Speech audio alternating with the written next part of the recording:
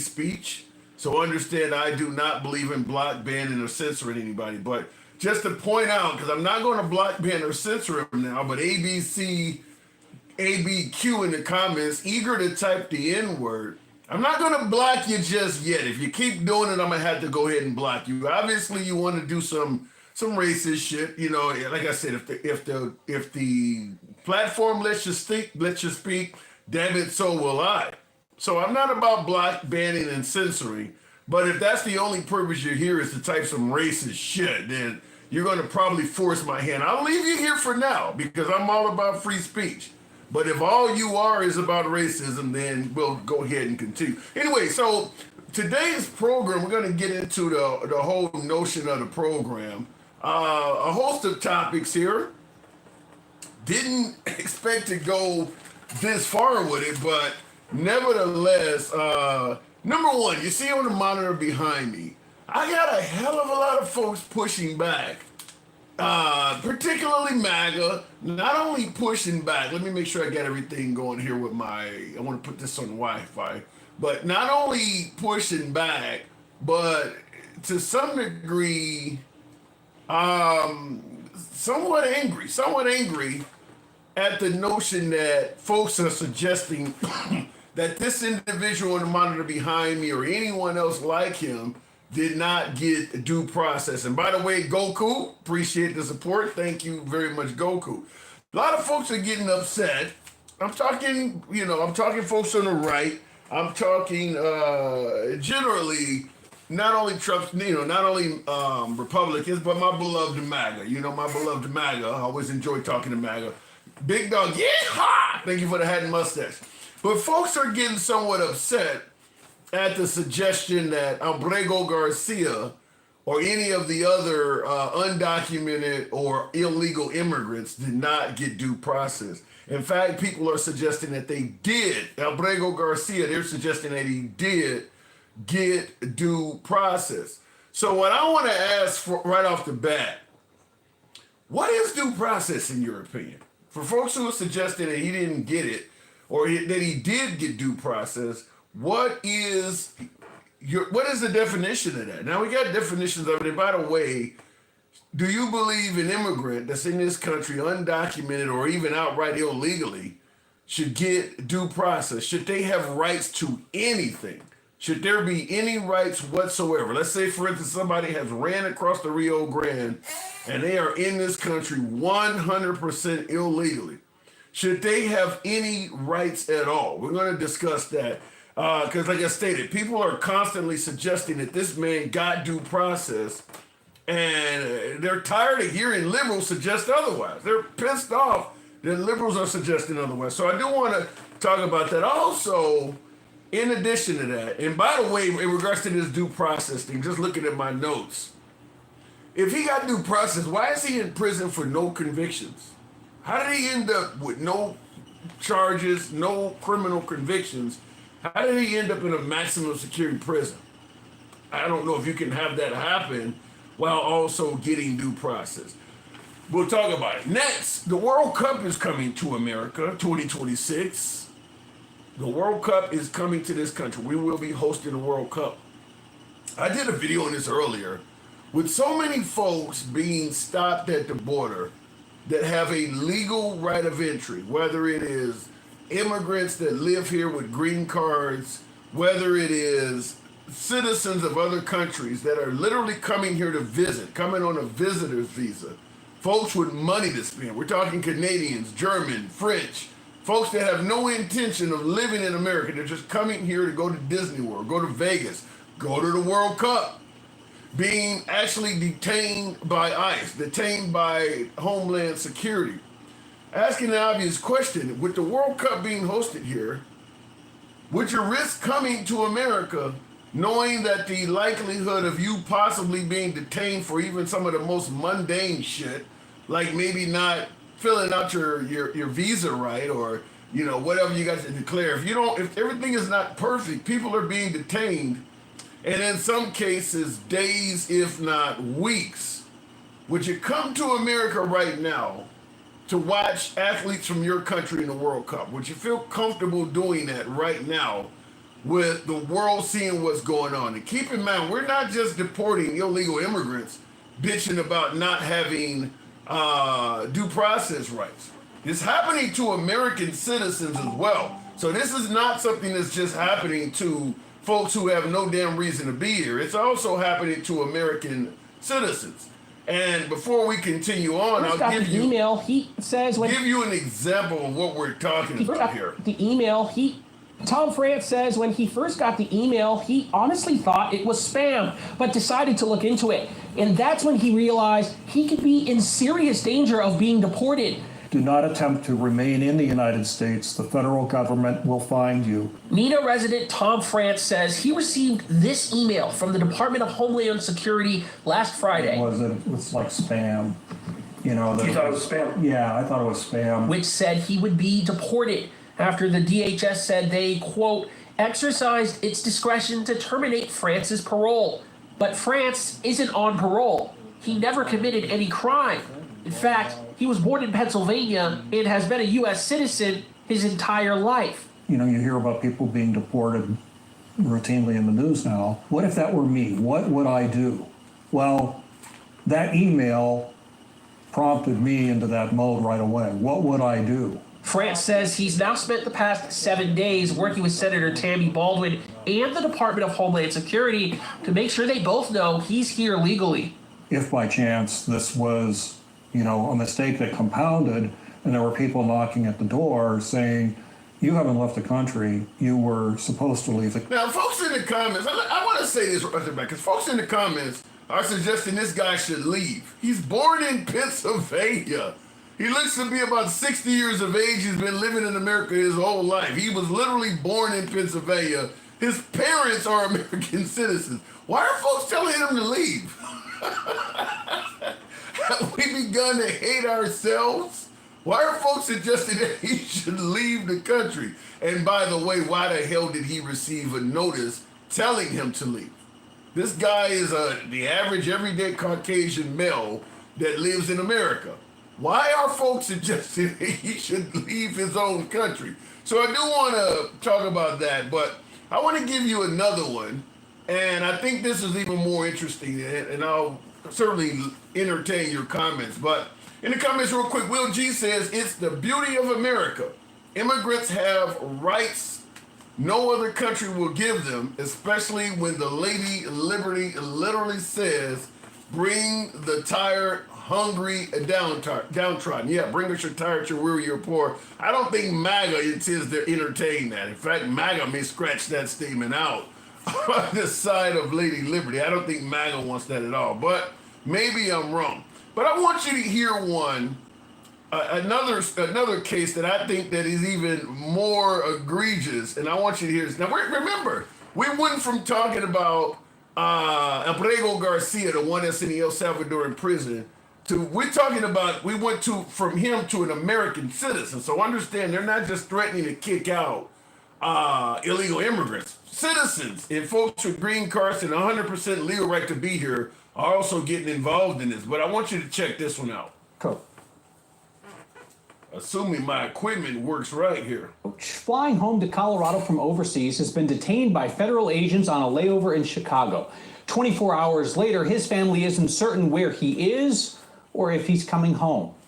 As the Trump administration cracks down on immigrants, even those with legal permission to live in the U.S., immigration agents say this situation should serve as a warning. A shock. I couldn't believe it. I thought he was going to go straight through. He had a 2-hour layover. We didn't think that there was going to be any problem. Jennifer James got a call yesterday that her husband, Suleiman Young, had been detained at O'Hare. Young, a lawful permanent resident of the United States, had been visiting his family in the Gambia for the first time in 2 decades. He lives in Aurora with his wife and 3-month-old son, works as a youth soccer coach. James says a customs officer told her that the system flagged her husband's 2009 misdemeanor marijuana possession charge, which was dismissed. We should note, Young also pled guilty to felony trespass in 2003. But his wife says since then, his green card had been renewed. He wasn't told to leave in the 15, 20 years since those court cases, so Young, his family, and his friends thought he was okay to stay and to travel. Seeing that he's been in the country for 25 years, like, we didn't think that there was a problem. I mean, I couldn't believe it. Like, I kept on asking questions. This doesn't make sense. Make it make sense. So what do you think? Now this guy is an immigrant. He has a green card, but there are some things to discuss here. There's going to be some things to push back. You're not going to be able to see this on my screen very well, but this is his United States of America permanent resident card. Now this card here shows that he has been a resident of America since November 21st, 1999. So 26 years coming up. Now, you heard the reporter state that he's had 2 run-ins with the law. So, immigrant, if you have a run-in with the law, people think that, you didn't come over here and obey the law, so your ass needs to go. But his run-ins with the law, the dates are what's in question. First of all, he actually pled guilty to a marijuana possession charge in 2009. So that is 14, 16 years, is it right? Let me get my math right. 16 years ago. So 16 years ago, and that caused him to be flagged. That caused him to be flagged and held by immigration. You heard him say he went back to his home country of Gambia, and he had not been back in 20 years. So he decided to go visit Gambia. And when he came back to America, the fact that he had a criminal history for a 2009 marijuana possession caused him to get flagged. 16 years back, that was enough. So understand they're getting people for, it doesn't matter how minor it is. But this guy also, they also stated that he pled guilty to a felony trespassing. 2003. 23 years ago. So those are the 2 things that are on his record. He's been here since 99. He pled guilty to felony trespassing. Who knows what that may be. But he pled guilty to felony trespassing in 2003. And he has a marijuana possession charge from 2009. And he traveled internationally. And those 2 things caused him to get flagged in 2025. So I'm going to say, I made a video about this, but I'm going to say certainly. His name is Inyang Suleiman. The pronunciation may be off, but I'll just go ahead and spell his surname. His last name is Nyang. First name is Sulayman. Suleiman Yang. And you heard the reporter pronounce it. So for somebody in the comments asked what was his name. But he's been in the country since 1999. Well, he's had residency since 99. So who knows how long it took to get residency. So he's been over here for a long ass time. As they stated, he hasn't been to Gambia for 2 decades. And when he went back, he came back to America and they held him because of his marijuana possession charge from 2009. So remember, we were talking about rapists and murderers. We went well off the beaten path from rapists and murderers when we're getting folks for marijuana possession charges from 16 years ago. Just wanted to point that out. I want to give you another topic we're going to be talking about. Majin Buu says, I think this is a sign of, oh shit. Now people can't make up some excuse. What about coming in people who slid underneath the cracks can't do it anymore? This guy is not sliding under the cracks at all, though. Look, if Trump wants to make it so that you have to come here legally as opposed to coming illegally, I don't think that's a bad thing to do. I think Trump securing the border is something that the country needed. Most folks agree that Biden wasn't doing a good job securing the border. But does this count as securing the border? Going after people for charges that are, a decade and a half back? So we'll talk about that. Sadly, this says Will G says, sadly, MAGA is so not shit that those same words helped their ancestors get here.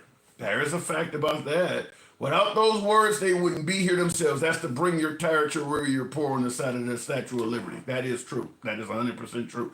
But I want to continue on.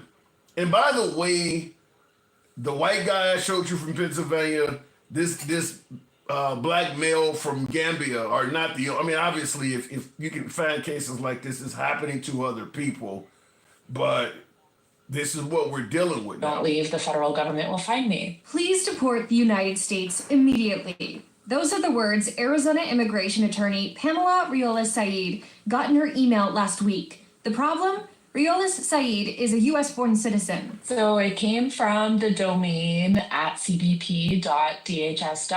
So able to verify that that's from the government domain where, as an immigration attorney, I've seen plenty of emails using that domain before. I think there was maybe some recklessness or some indiscretion in how these emails were sent out. She's now concerned as to how this happened and worries if it happened to her, it could certainly happen to others who are less knowledgeable about their legal status. So most of my clients are actually just seeking protection from their home country, whether...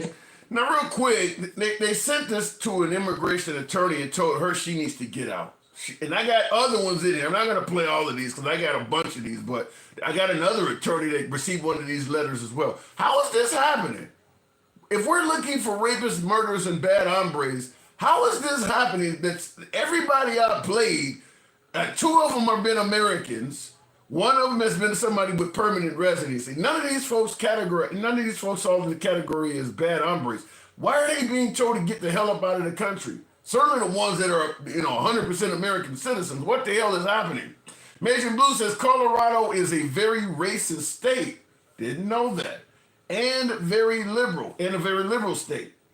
Wait, you said Colorado was a very racist state and very liberal state, sanctuary state. That's the damn people with the state okay. I don't get where you're going with that. You're saying that Colorado is a racist state. I wasn't aware of that. I do know it's liberal as of late, and it is a sanctuary state. I'm aware of all of that, but you said that's the damn people with the state okay. I don't understand that last part. MAGA says Great Britain and Canada will take immigrants, but what the fuck do you think Trump is currently trying to do? Literally playing Game of Thrones. And that's what we're going to talk about in regards to the due process. Let me move on so I can start taking calls. But I do want to also point out, this is a side topic. I don't know how deep we'll get into it. But once again, Pete Hegseth is in the news. Some folks are suggesting this guy fits the narrative of a DEI hire. Apparently, he was on Signal. We talked about this before in previous lives, giving war plans away or discussing them in an unsecure environment. Well, it turns out that his brother, his wife, and his attorney had access to all sorts of battle plans that were actively taking place. How did he get this job? How did he qualify for this? Over, I believe it was an African-American general at 4-star. He was the DEI, and Hegseth gets the gig. How many of you folks, by way of yes or no, I know I have a hell of a lot of MAGA watching the program as well. I appreciate MAGA being here. I enjoy talking to MAGA. But by way of yes or no, how many of you folks believe that Hegseth has the merit to be the head of the Department of Defense? How many of you folks believe he's the right man for the job? Pete Hegseth, by way of yes or no, he's on a unsecured app discussing war plans while they're actively happening. Wow. And keep in mind, let's just be clear, because the next question I'm going to ask is in regards to trolling. I see some folks saying yes, but it looks like most of you guys, Hegseth, yes, he's slipping with text though, says 8 weeks. All right, fair enough. And one individual said obviously no. Well, no, there's a lot of folks that are saying yes. Major Boo says 100%. 100%. All right, Major. Okay, I want to ask this last question before I start taking callers, because it also is going to go under the notion of trolling. And I'll tie it into Pete Hegseth when I complete this monologue here. Today there was another plane, another catastrophe avoided. A Delta Airlines passenger jet caught on fire, and the people come jumping off the slides and off the wings and all of that shit. There's no denying that if you watch the news even a little bit, you've noticed the uptick in aircraft that are crashing and having all sorts of mishaps all over this country. Right in the middle of, what was his name? Elon Musk firing officials from the FAA. Now, the Trump administration are saying the folks they fired have nothing to do with air traffic control. But fact is, a lot of planes are having problems in this country right now. Why the hell did I mention trolling? Well, let's just be clear. If this was happening under Biden's presidency, Obama or Kamala Harris, you think Trump would be somehow blaming the administration for all the plane crashes, all of the plane mishaps? Do you think that the Republicans would be blaming the head of the Liberal Party for all of this mishap? Because the Democrats are not really blaming the Republicans for this. We're talking about trolling. Same thing with Pete Hegseth. Regardless of how you feel about Hegseth, if Hegseth was operating as a Democrat under the Biden administration, what are the chances that Trump would be trolling the hell out of that guy as somebody who did not deserve the position? I'm asking from a simple standpoint of, are the Democrats just not as good at throwing around shit as the Republicans are? We know that Trump would be all over this. If the planes were going down under the Democrats, if the Democrats appointed anyone, I don't care if it's a person of color so you could yell out DEI, or even a white guy. Let's say Tim Walz was the head of the Department of Defense and he was on Signal and doing all this other shit. What are the chances the Republicans would be a hell of a lot more vocal and trolling the hell out of these people?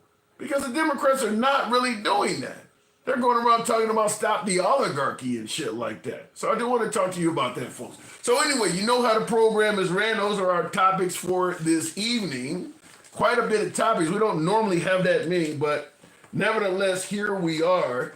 It is your boy Tim the Handsome Liberal. We're going to go straight to the box. You know how the program is ran. We don't block, ban, or censor any damn body.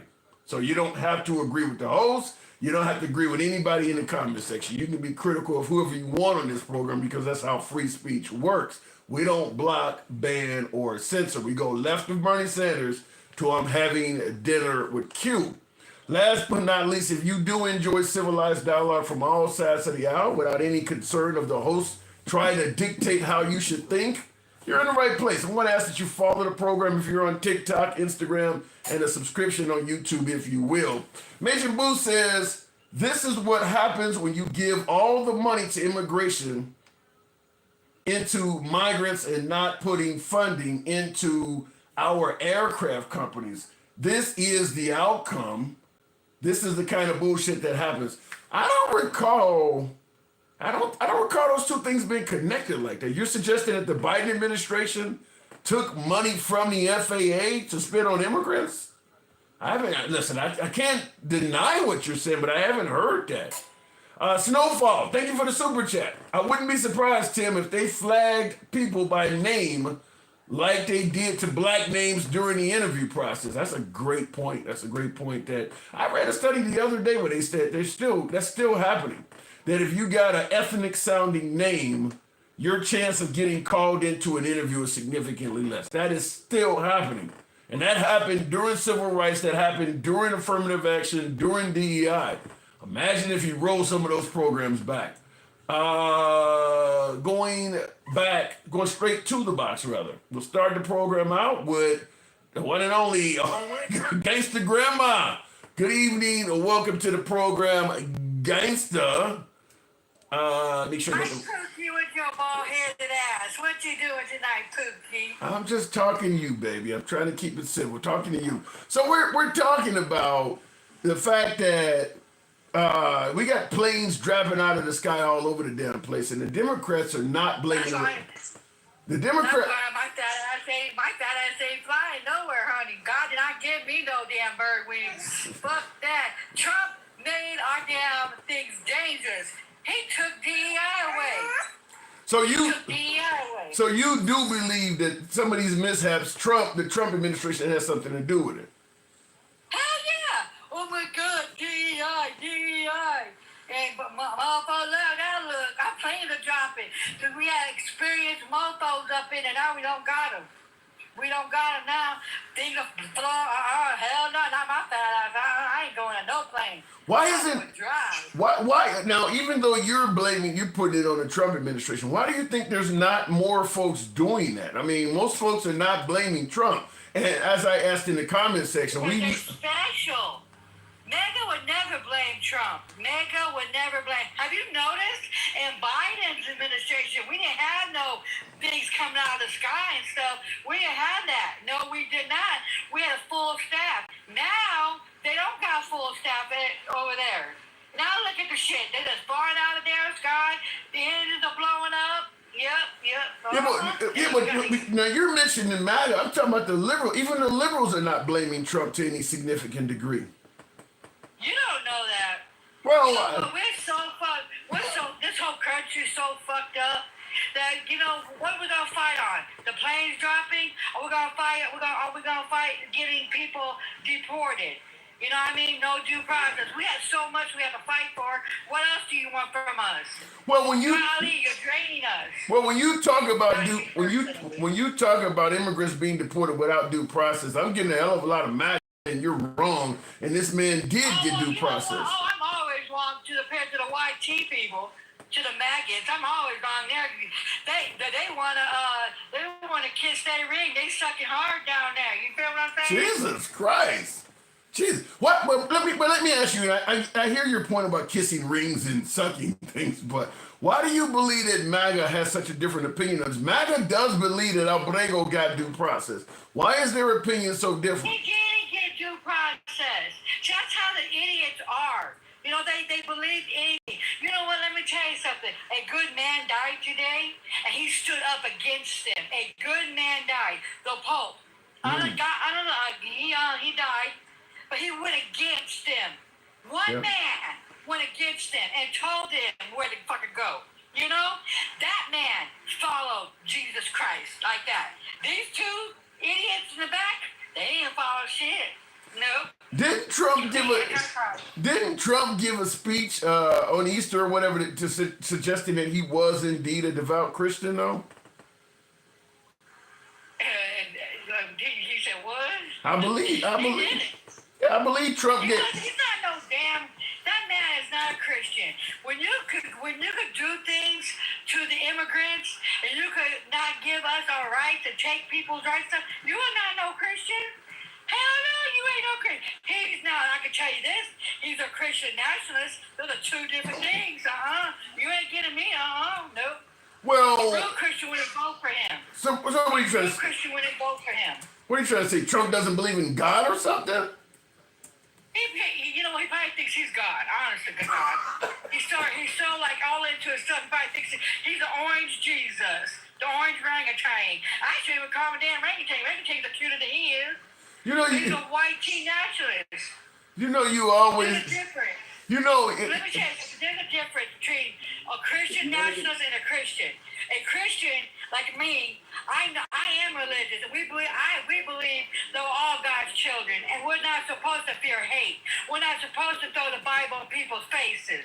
You feel what I'm saying? But unfortunately, you get the white tea Christian nationalists that throw the shit in people's faces, that tells you that you're going to hell if you kiss somebody else, but yet, But I get what you're talking about in reference to God's children and things like that, but shouldn't God's children enter our country legally? That's not what God is saying. You know what I heard about a Christian nationalist? You know what a Christian nationalist said? They would deport Jesus for God's sake.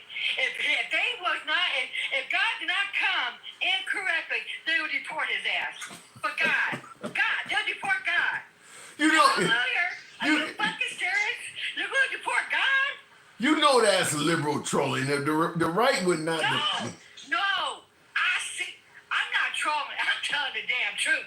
This little old white tea woman with a MAGA hat said, if Jesus didn't come here in here legit, he should go back. Well, then I have to ask the obvious question: if Jesus entered our country illegally, and we have laws, he should be sent back, correct? No! Are you fucking serious? God had no borders.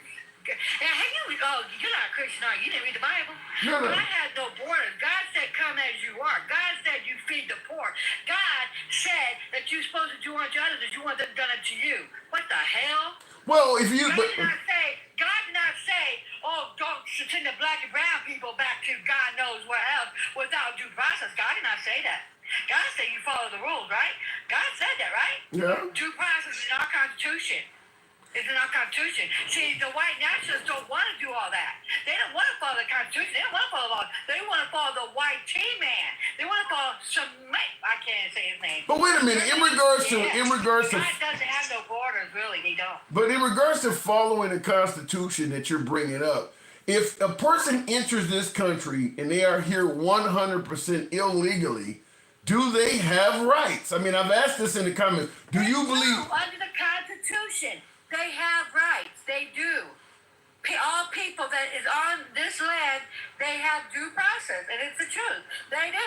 I mean, the white team man, the white nationalists, I don't give a damn. They don't like it or not. They sorry asses have due process. Do they not have due process for the rapist that's in office?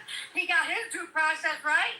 He sure did. Well, he wasn't convicted of grape, so you can't call him a rapist. S.A., sweetheart, S.A. He put fingers in her vajayjay. He wasn't. That's considered grape. He wasn't convicted of that, so he's not a. He was convicted in a civil. No, Not criminal, but civil. No, don't get that shit fucking twisted. you don't. You Trillion.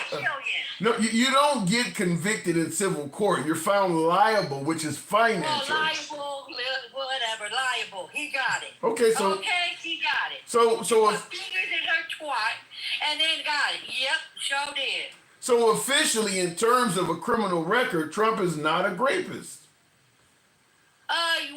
Technically, because after that shit happened, the laws changed, and anything that goes into the JJ is great. Well, it doesn't matter from that standpoint because we're talking statute of limitations. When E. Jean Carroll's case came about, I don't give a fuck if he has a statute of limitation. That motherfucker put fingers in her JJ. That's a rapist, okay? And if you stand with that, then you're a piece of shit too.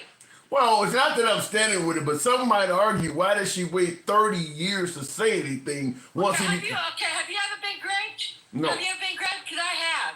It's not so easy to go into the authorities and say, I've been raped. Okay? I'm a survivor of it. It's not easy. They don't believe us. Look what they did to her. They dragged her to hell and back. So why would you look at Don't believe us. why would Don't believe you us. why would you look at a real estate mogul like Trump, who's incredibly wealthy, and say, I don't they're not going to believe. Hold on.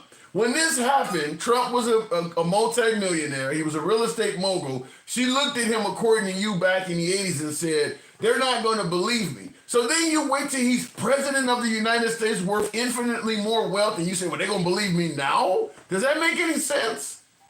Yeah, it still does because it's her word. I believe her. I do. I believe her. And the jury believed her too. It's just a statute of limitations. This sucks. But we have to have statute of limitation on grape.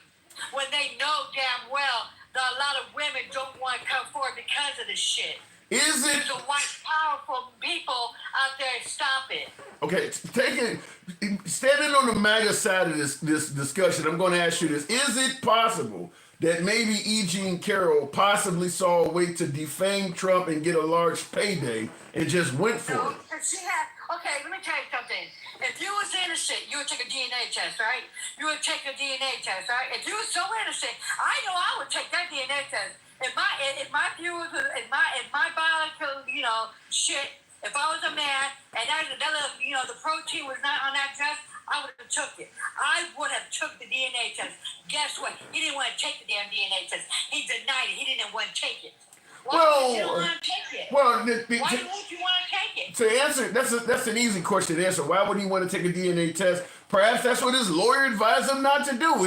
As a client, A guilty man wouldn't take it. A person that was innocent, they would take it. I'll clear my fucking name. I don't want to be clear my name. well, we don't know what his lawyer advised him to do. Maybe he had a bad lawyer, but if your lawyer tells you, But guess what? His lawyer didn't help him because he got found guilty. Well, you know what? Liable. And then so what is your excuse for the 34 count felonies? What's your excuse for that? well, I'm being told that 34 counts, most of those felonies, particularly the ones by Letitia James, were a witch hunt, and if he wasn't running for president, that stuff would have never happened. Everything Alvin Bragg, brother. Alvin Bragg. But if we did the shit, if Obama did the shit, if Biden did the shit, well, he'll be underneath the fucking jail. Give me a fucking break. The Megan Way just kissing it. Well, I gotta agree with the MAGA side on this because I do believe that if Trump was not running for You ain't shit president, of a fucking man. hold on, wait a minute. But you Are can. you getting ready to? Are you really? Are you? No, I'm not talking about E. Carroll. I'm talking about the financial No, I'm charges. talking about 34 counts. He knows he did it. Hear me Now, out. I can't even call you a liberal. You are really like a fucking raccoon for real. It's crazy you would say that. I got MAGA in the comments on YouTube telling me how I've lost respect with them. I'm too far to the left. But I wanna say this. I do Honey, be. I don't know what the fuck you is, because you ain't one of us, honey. If you over there bobbing like Mary, bobbing like on that ring, honey, you're going to deep the balls off. For what? He knows he did that 34 count. You know it damn too. But you just Wait, hold on. Hold on, Gangsta. I didn't say he was innocent. What I'm saying when I said a witch hunt is, if Trump was not running for president, if he was not trying to seek the nation's highest office at the time those charges came out, if he was not such a They've been doing hold on, you're not letting me respond. If Trump was not the arrogant, egotistical guy he is attacking folks, them charges would not have happened. There are other businessmen. That's not true. That's not true. That's not true. They had evidence, and damn it, they got it too. I'm No, not- people have to bow down and get it up. That's why he lost 20 pounds.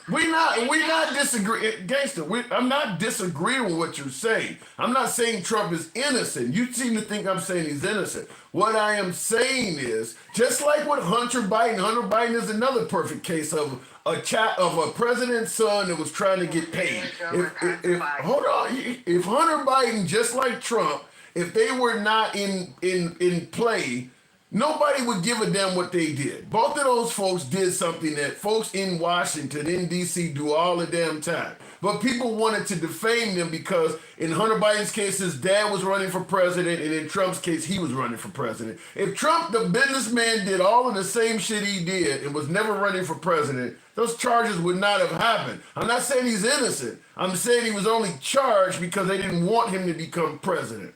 I'll give you the last word. That's not true though, because they was doing it before he ran for president. They was looking at him. Everybody knew he was running for president, though.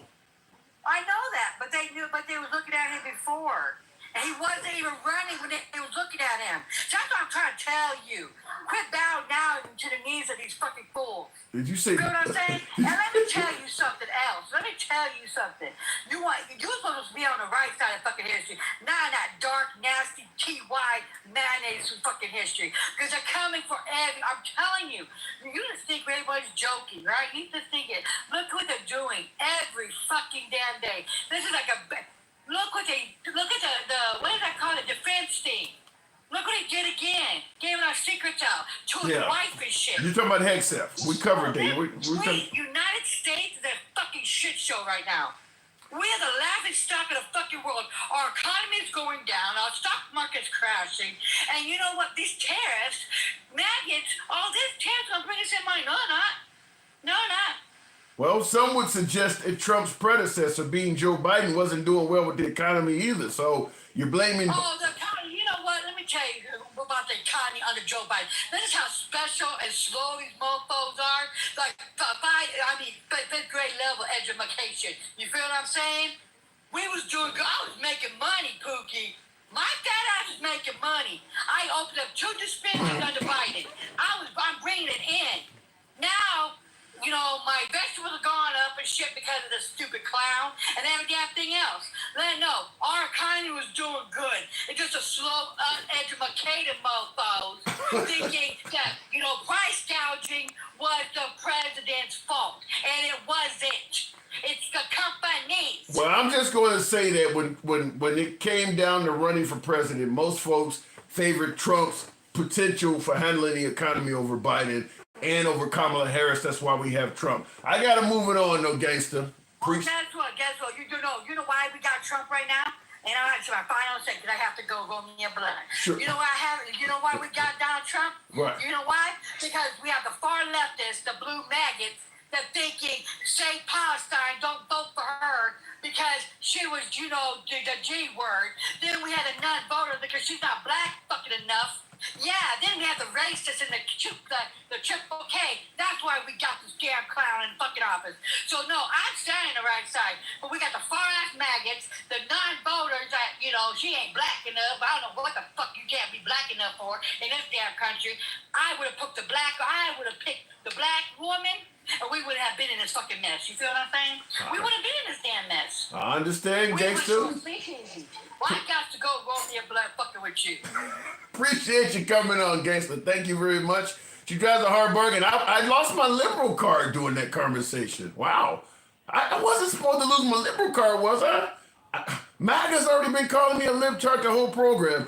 Papa Onaya Shelley says, ain't it ironic how Spirit Airlines is not having issues? That is ironic that out of all the airlines, Spirit Airlines, none of their planes are going down. That is crazy. Handsome non-liberal, says Michael. Why? Listen, I lean left politically, but I'm not so far left that I can't see problems on the left.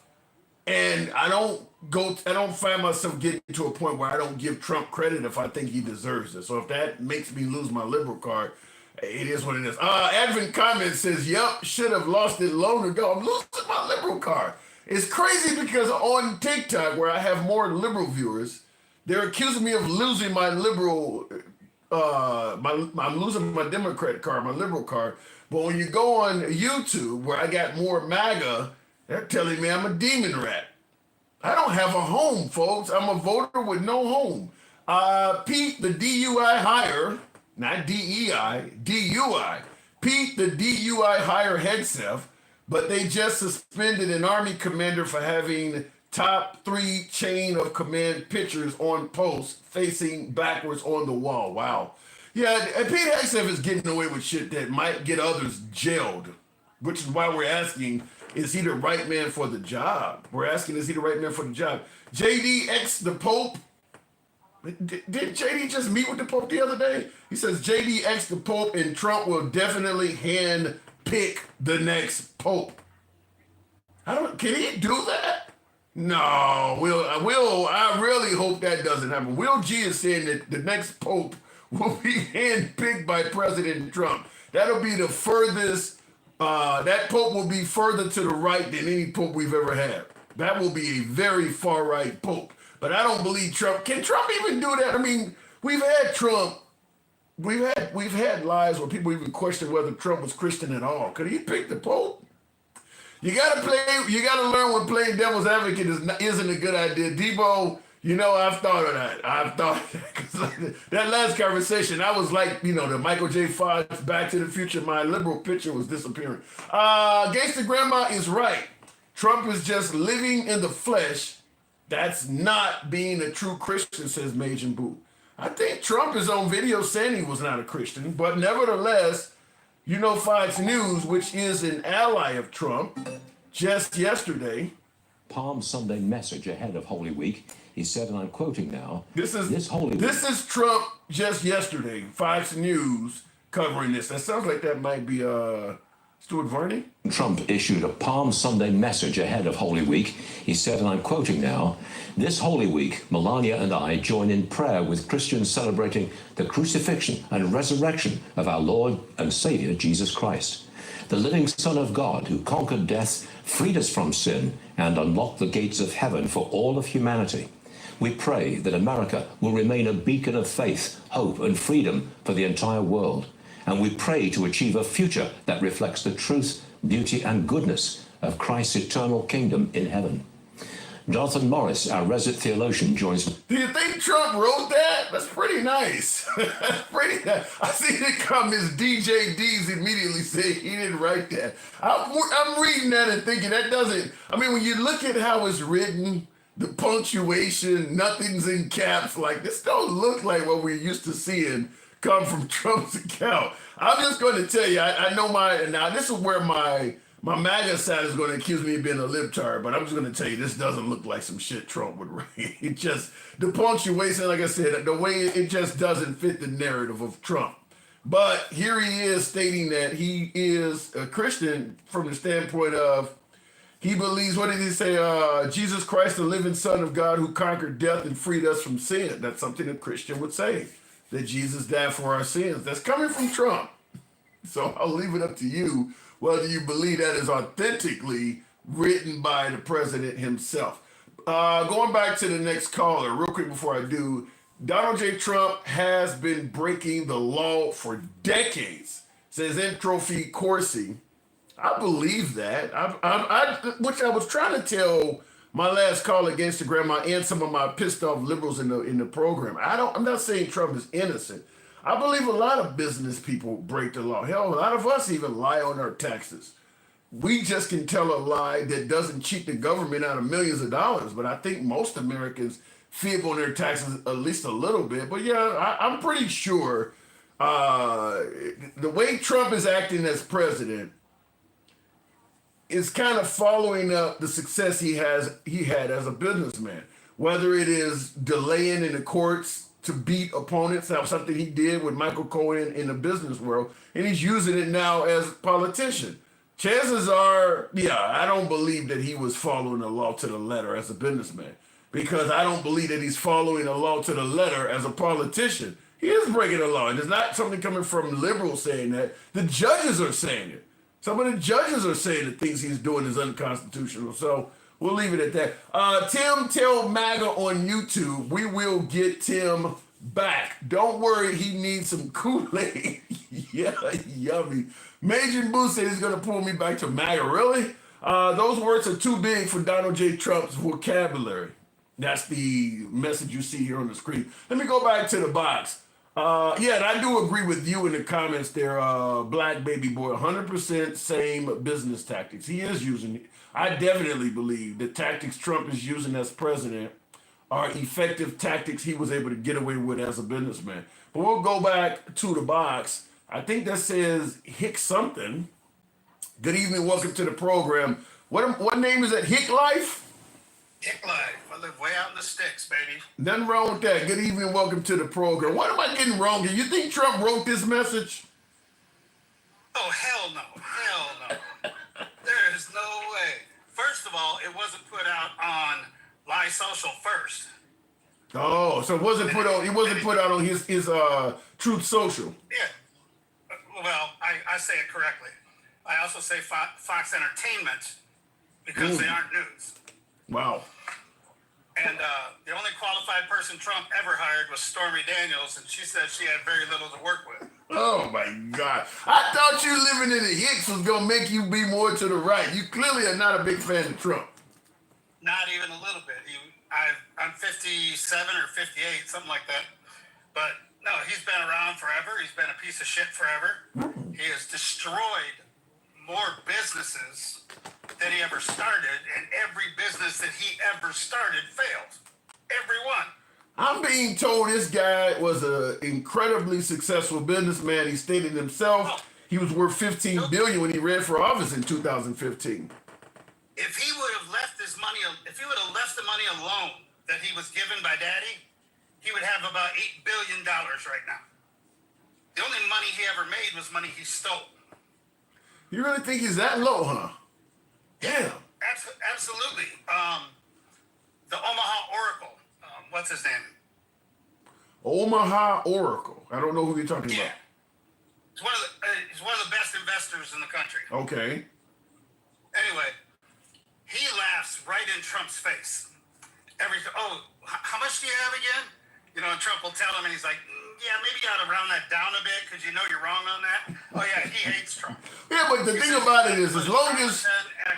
Yeah, but the thing about it is, now that Trump has Elon Musk, Jeff Bezos of Amazon, and Mark Zuckerberg of Facebook, at least them three are on his team, not to mention others like the CEO of Apple. He's on his team. He just let Elon go in, get all of the patents of his competition. They didn't save any money. He had no competence deciding who should be cut and who shouldn't. I mean, he has no wherewithal to even be involved in what he was involved in. Yeah, but the point I'm making though is with Trump associating with these gazillionaires, despite his business dealings before he became president, he's probably wealthier now because he's probably finding ways to get money from them folks via crypto, maybe. Absolutely.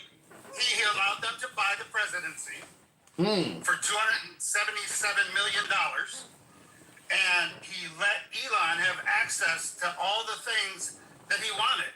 Elon kicked out Verizon and put in Starlink. Yeah. What the hell? Tell me that's not a conflict of interest. Well, perhaps, is it possible that maybe Elon Starlink had more to offer than Verizon? I mean, you're suggesting that Elon purchased the presidency. That you allow a third party to make that decision.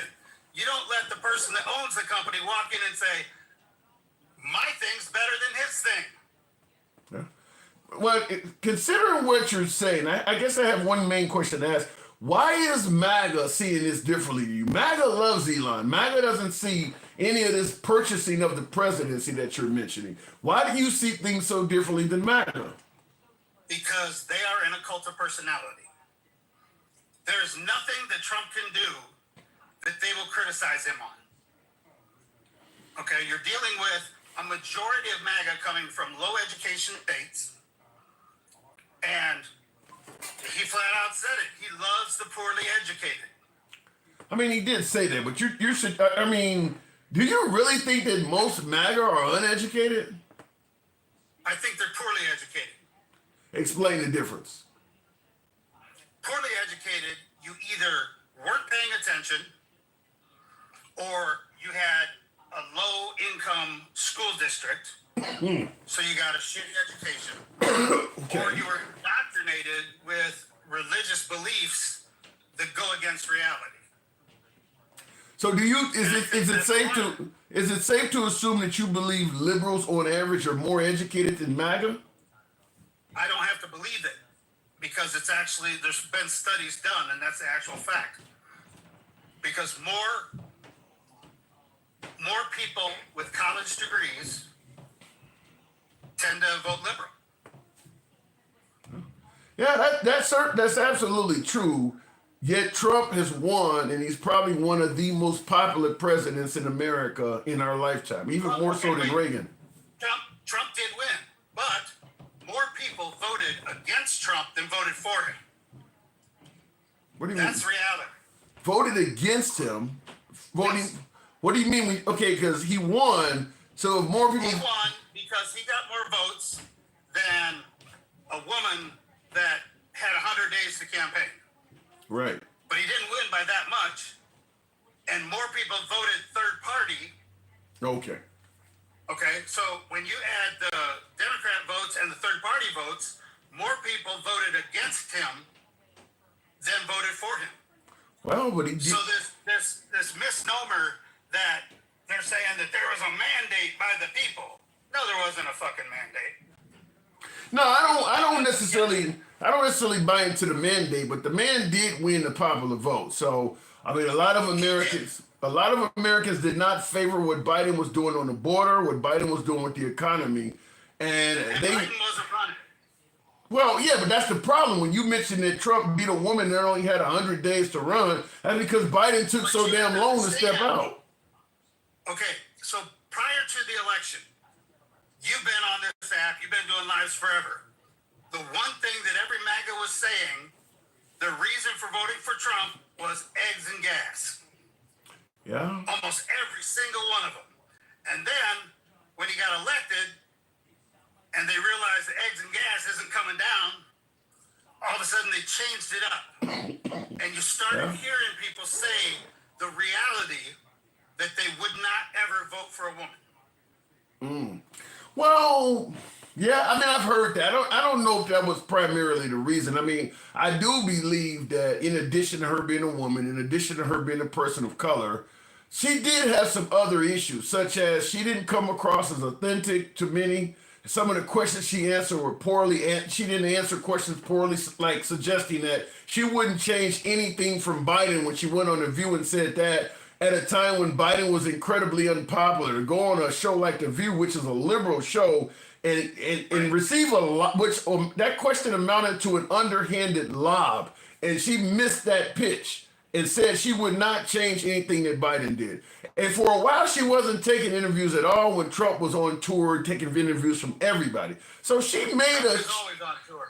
He's always on tour. But that's working, He had though. 9 years. He had 9 years to campaign, and he barely beat her. Yeah. I mean, I don't. Okay. Now, what he did was he lied about her constantly. So these are people that believe him, and they believe him emphatically. They think everything he says is absolutely true, and everything else is just the deep state. There is plenty of that. There's plenty of that. He's the one that called her the border czar and said that the border was wide open, which was bullshit. And the only reason that Trump was able to lock the border down was because of COVID that he failed miserably on and deliberately lied to the American people about. Yeah, but to push back a little bit, I think even a lot of liberals would acknowledge that Biden was not as good at handling the border as Trump. I mean, there was a lot of folks coming to this country. We didn't even know who they were. They could just walk up, claim asylum, and get in. And Biden was not trying to curtail that into well into his presidency. That's not true. On day one, he put out a border bill that the Republicans shot down.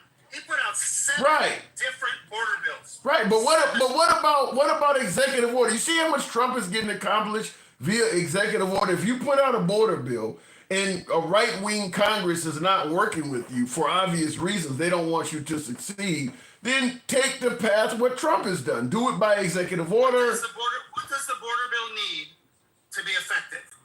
Well, first of all, you can't have people coming in the country claiming asylum and you don't know who the hell they are and you're just sending them willy-nilly into the country and giving them a court date. You could be letting in terrorists, which is what Trump was saying, and he made a good point. All right, listen to this, though. An EO, an executive order, gives 0 funding. None. The president does not have the purse strings. So he can say whatever he wants. The funding has to come through Congress. Okay. And if it doesn't, then it's useless. No, I think that Trump has done a good job showing that there are ways to go around shit, okay? If Biden does an executive order and Congress pushes back, as you said, they control the purse strings, what is Trump doing? Taking people's federal funding away. He's finding ways to punish folks. Trump is really good at finding ways to get you to come to the table. Biden was not. Even from this standpoint, just simply go on television and ridicule it. Go ahead. Trump has the House and the Senate and the White House. Right. He literally could push through anything that he wants. When Biden won the first time, he had the Senate. I know that. He didn't have the Congress either. Senate, but he never had both houses. Okay. All right. Okay. But Trump right now has all of them. So he could literally put out a bill, get it through the House and Senate, and he could sign it, and that would be law. An executive order is not law, and it does not provide funding. I'm trying to think, though. Are you sure the first 2 years? He may have had the first 2 years. Okay, then why didn't he do the shit the first 2 years? Because he was busy working on shit. Nobody's buying that. Nobody's going to buy the excuses, the point we're making. PACT Act, infrastructure bill, Border bill. multiple things that People don't want infrastructure. They don't want the CHIPS Act. They want the border secure. You're giving them what they don't want. You hear what they're complaining about. Okay. The border needed work. And he did put out border bills. The Republicans kept voting them down. We just came to the conclusion that under his first 2 years, he could have done it without Republican support. He failed on the border. I'm just simply saying. I would have to look that up to find out what stopped those. But when the Republicans put up a border bill, the Langford bill, that was a Yeah, you're ignoring the fact that he didn't do nothing the first 2 years he had in office when he had the power to do it. I mean, so at least for the first 2 Well, years. see, you have to realize that there were two Democrats that were not Democrats. Then And they he. switched over. They switched to the one. You talking about Christian Sinema and Joe Manchin? Yeah. Okay. Yeah, and then there was one other that kept voting with the Republicans. So we had two sheep's and wolves clothing. I believe that, Yeah. but And that stopped a couple of things. but Christian Sinema and Joe Manchin did vote with Biden on some things, and I don't believe that they would not have voted with Biden on a border bill because they lean more right. They would have voted with Biden on a border bill. He didn't pass one, so that goes Well, down if as there was a. something that wasn't in there. If there was something that was in there that they didn't like, then maybe that's what stopped. Well, it. the fact I is don't he know. didn't. The fact is he didn't try, so he gets the blame at the end of the day. He didn't try. So if he had tried and failed, then that's different. He didn't Putting up try. 7 bills. We're talking about the border bill, though. You're giving me everything but what people wanted. They wanted the border bill. I'm talking 7 border bills in his presidency. Well, people didn't see that. Whatever the case may be, if you're saying No, they don't see it because they listen to numbnuts who wanted to run on the border. Okay? Well. He said, yeah, Biden opened it up and let everybody in. Biden did not open it up. The Supreme Court opened it up. The Supreme Court. do you really believe that Biden did everything he could to secure the border in his 4 years in office? Biden tried to keep that Title 42 in place, and the Supreme Court told him, no, you cannot. That's unconstitutional. That ain't what I'm asking you, though. That's not what I'm asking you. Do you believe that Biden did everything he could to secure the border during his 4 years in office? I think he would have signed the bill if it would have come through, the Langford bill, but I don't know if he did everything he could, no. All right, fair enough. I don't know. Fair enough. Yeah, I don't know. Fair enough. I do got to move on. I got to move on here. do know- Go ahead. I do know for a fact that the Langford bill, they took out everything that anybody was against and approved the funding for those things separately, Ukraine and Israel, Yeah. and it was a clean bill, and Trump Yeah, but called up his buddies. That's 3 years in, though, Hick Life. That's 3 years in. By then, you should No, have I did get it. something. I get it, but that would have secured the border. Yeah, but it's 3 years in. By then, it was too late. By then, it was too late. People had already chosen Trump as a better person for the job. You don't come and play Superman now that we got a hero on scene. So that's why that didn't work. But he did do that. I got to move on, Hick Life, though. Okay, you take care, man. Always a pleasure. Thanks for coming through, man. Appreciate it. Not a problem. All right. Now, real quick, I don't normally have to do this, but nature is calling. If you want to hang around for a minute, I'll be right back. Got to answer nature.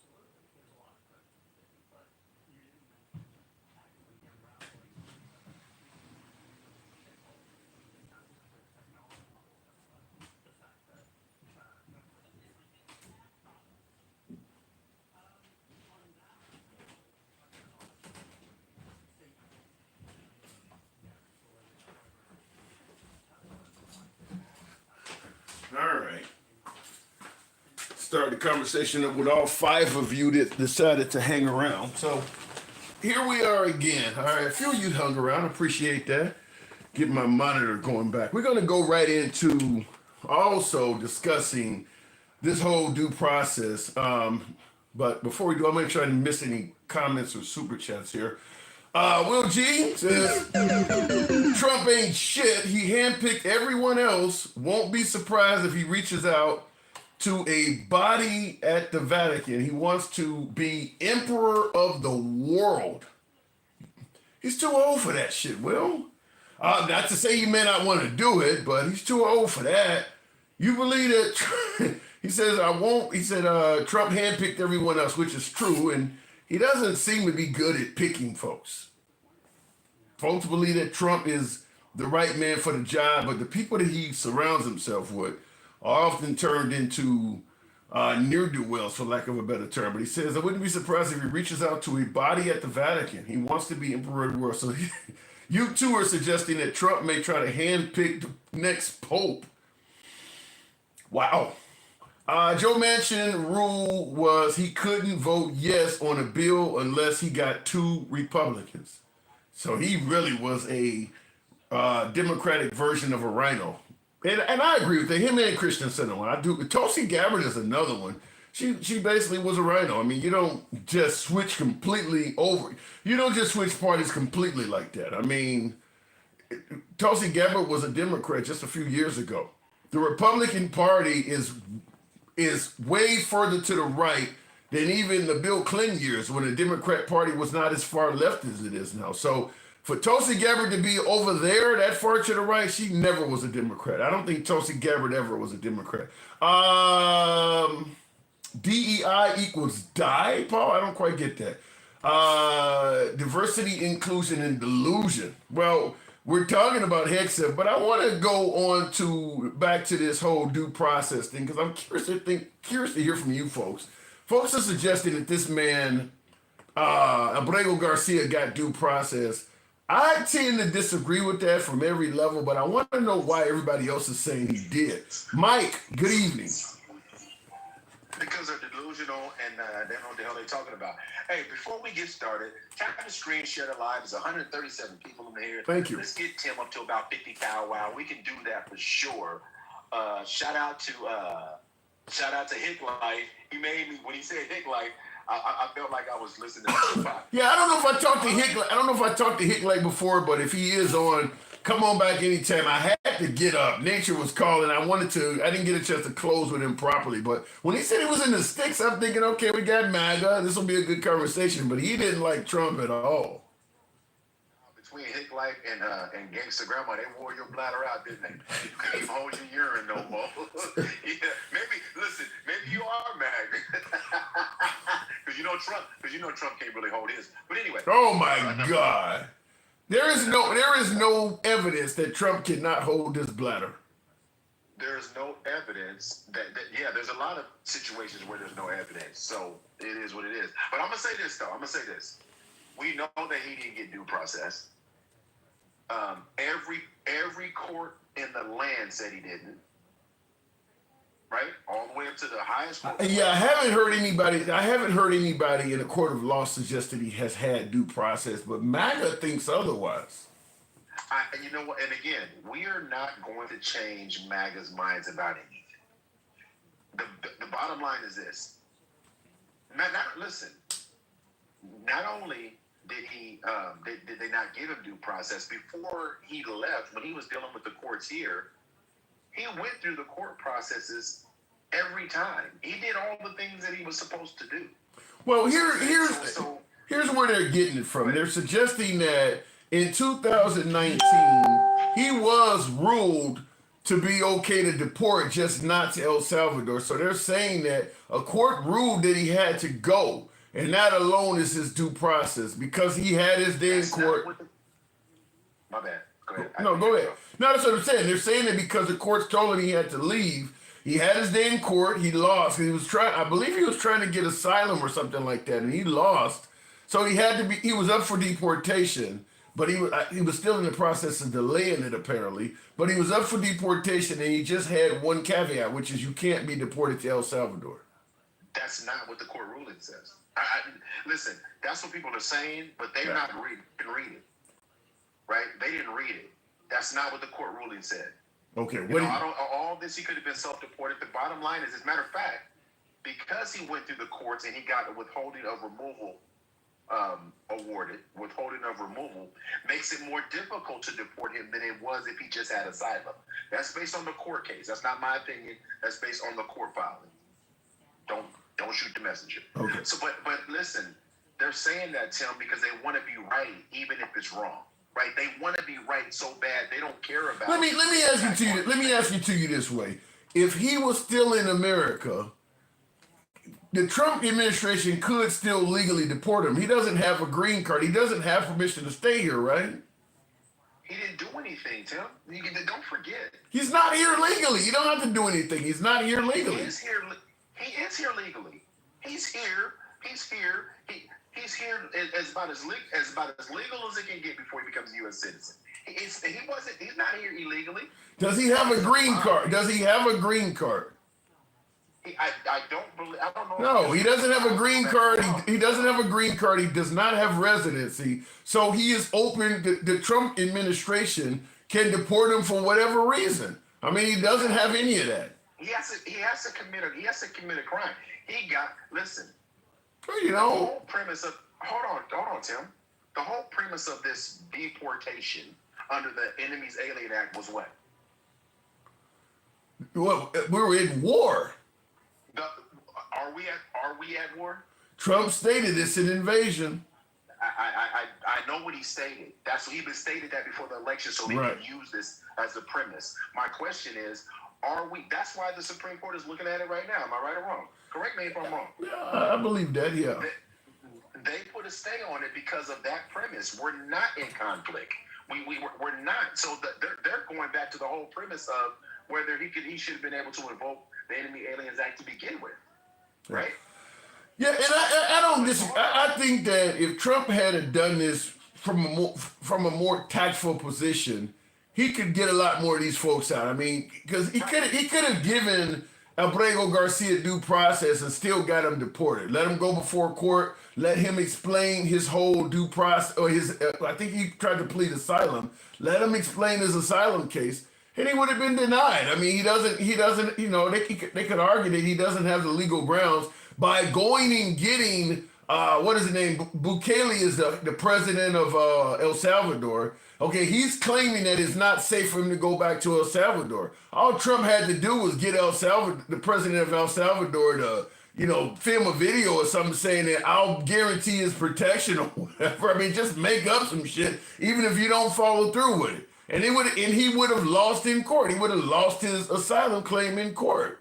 Everyone that's claiming asylum from El Salvador, all Trump has to do is get Bukele to go on camera and say, here's this individual's name, and the government of El Salvador will personally ensure the safety of this individual once he is deported. And that would kill all of their asylum court cases. But here's the thing, Tim. There was a whole bunch of ifs. He didn't do that. We're having this conversation because he didn't do anything you just said. Yeah. He didn't do any of that shit. I'm just saying, I agree with you, he didn't do it. I'm just simply saying that Trump could have easily gotten Abrego Garcia to be deported if he had just gave a resemblance that he was trying to follow the norms of due process.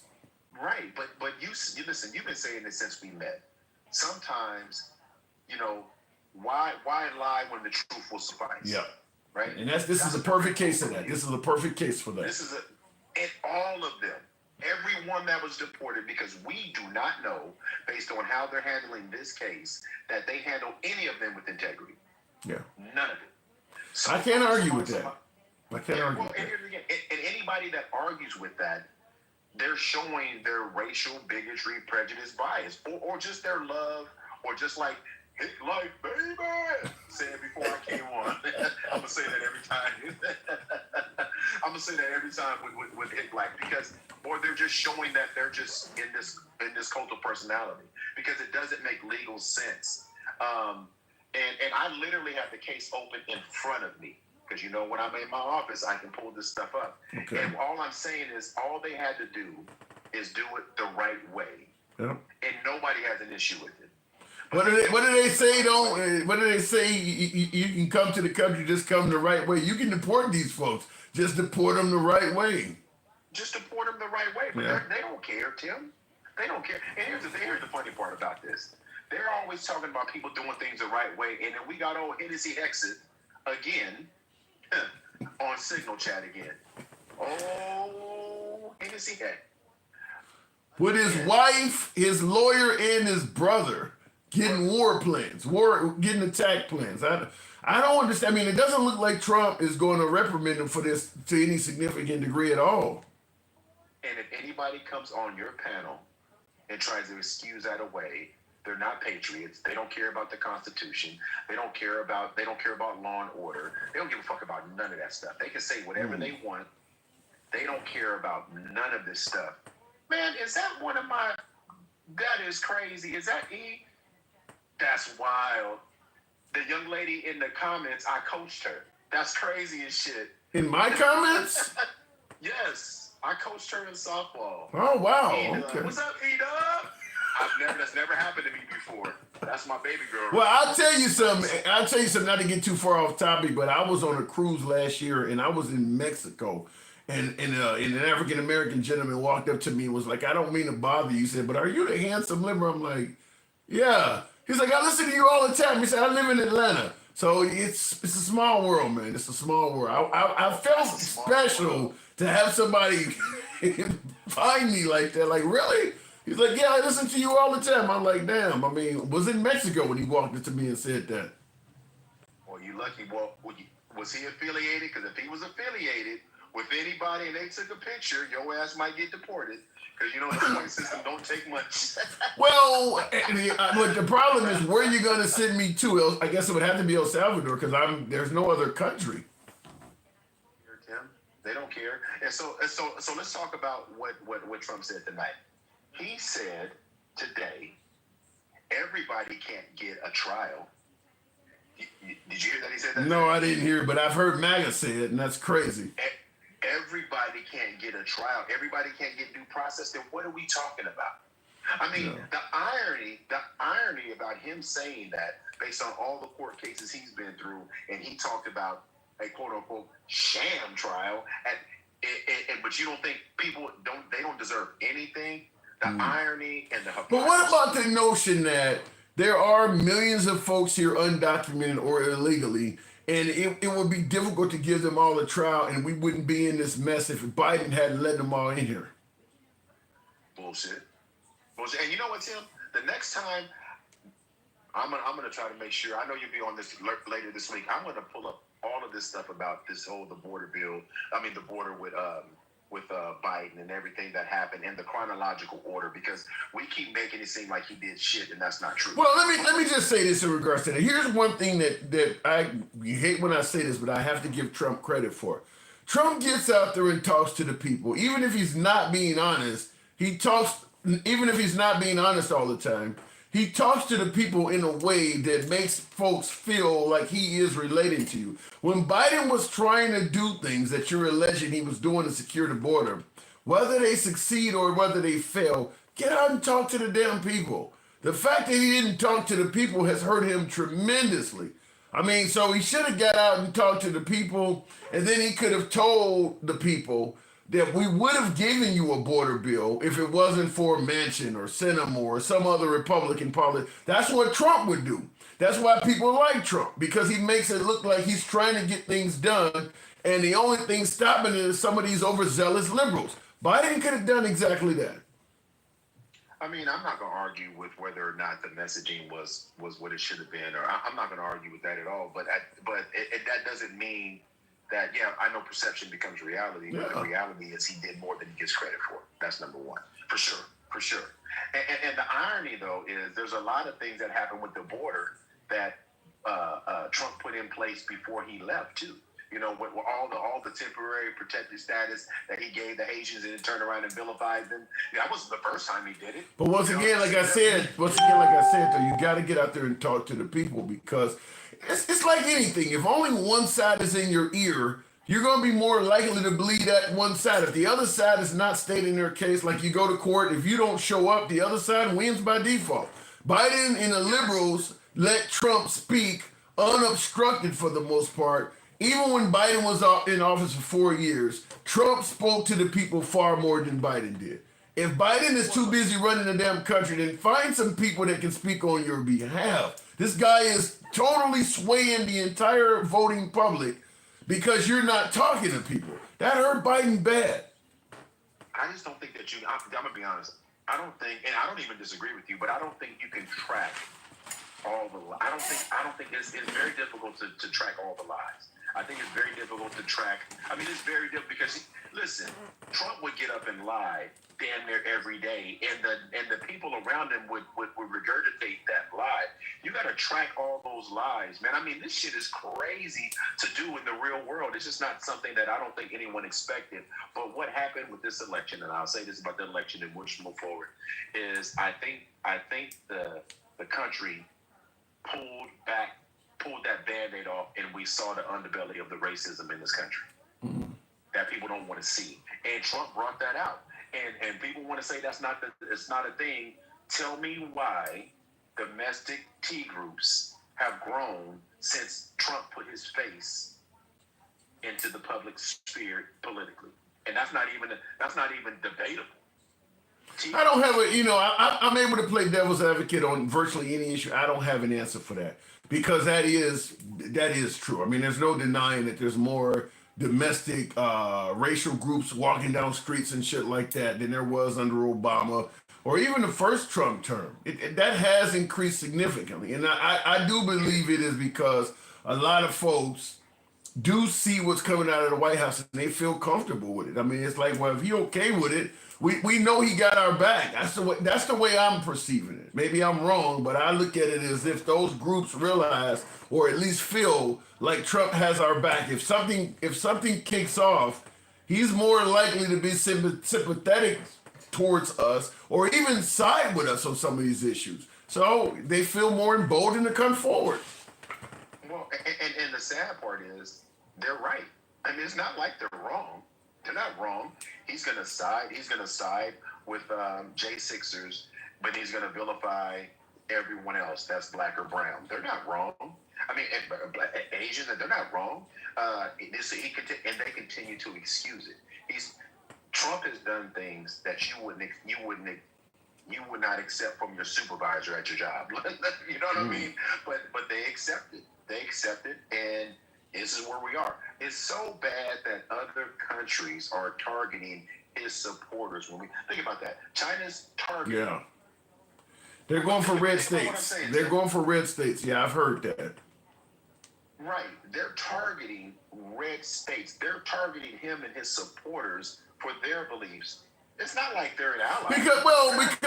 But that makes sense. The Chinese know that the only reason they're dealing with the United States as an adversary right now is because of Trump and voters in red states. They know the liberals do not want America to do what America's doing right now. The liberals are not backing this stuff. The liberals don't want tariffs. The liberals don't want China being viewed as an enemy like that. So it makes no sense to really punish the liberals, because the liberals are kind of on the side of the Chinese. There are a lot of liberals that are rooting for China to win the tariff war. So they know who their adversaries are, and it's Trump and Trump supporters. So it makes sense that they would target red states.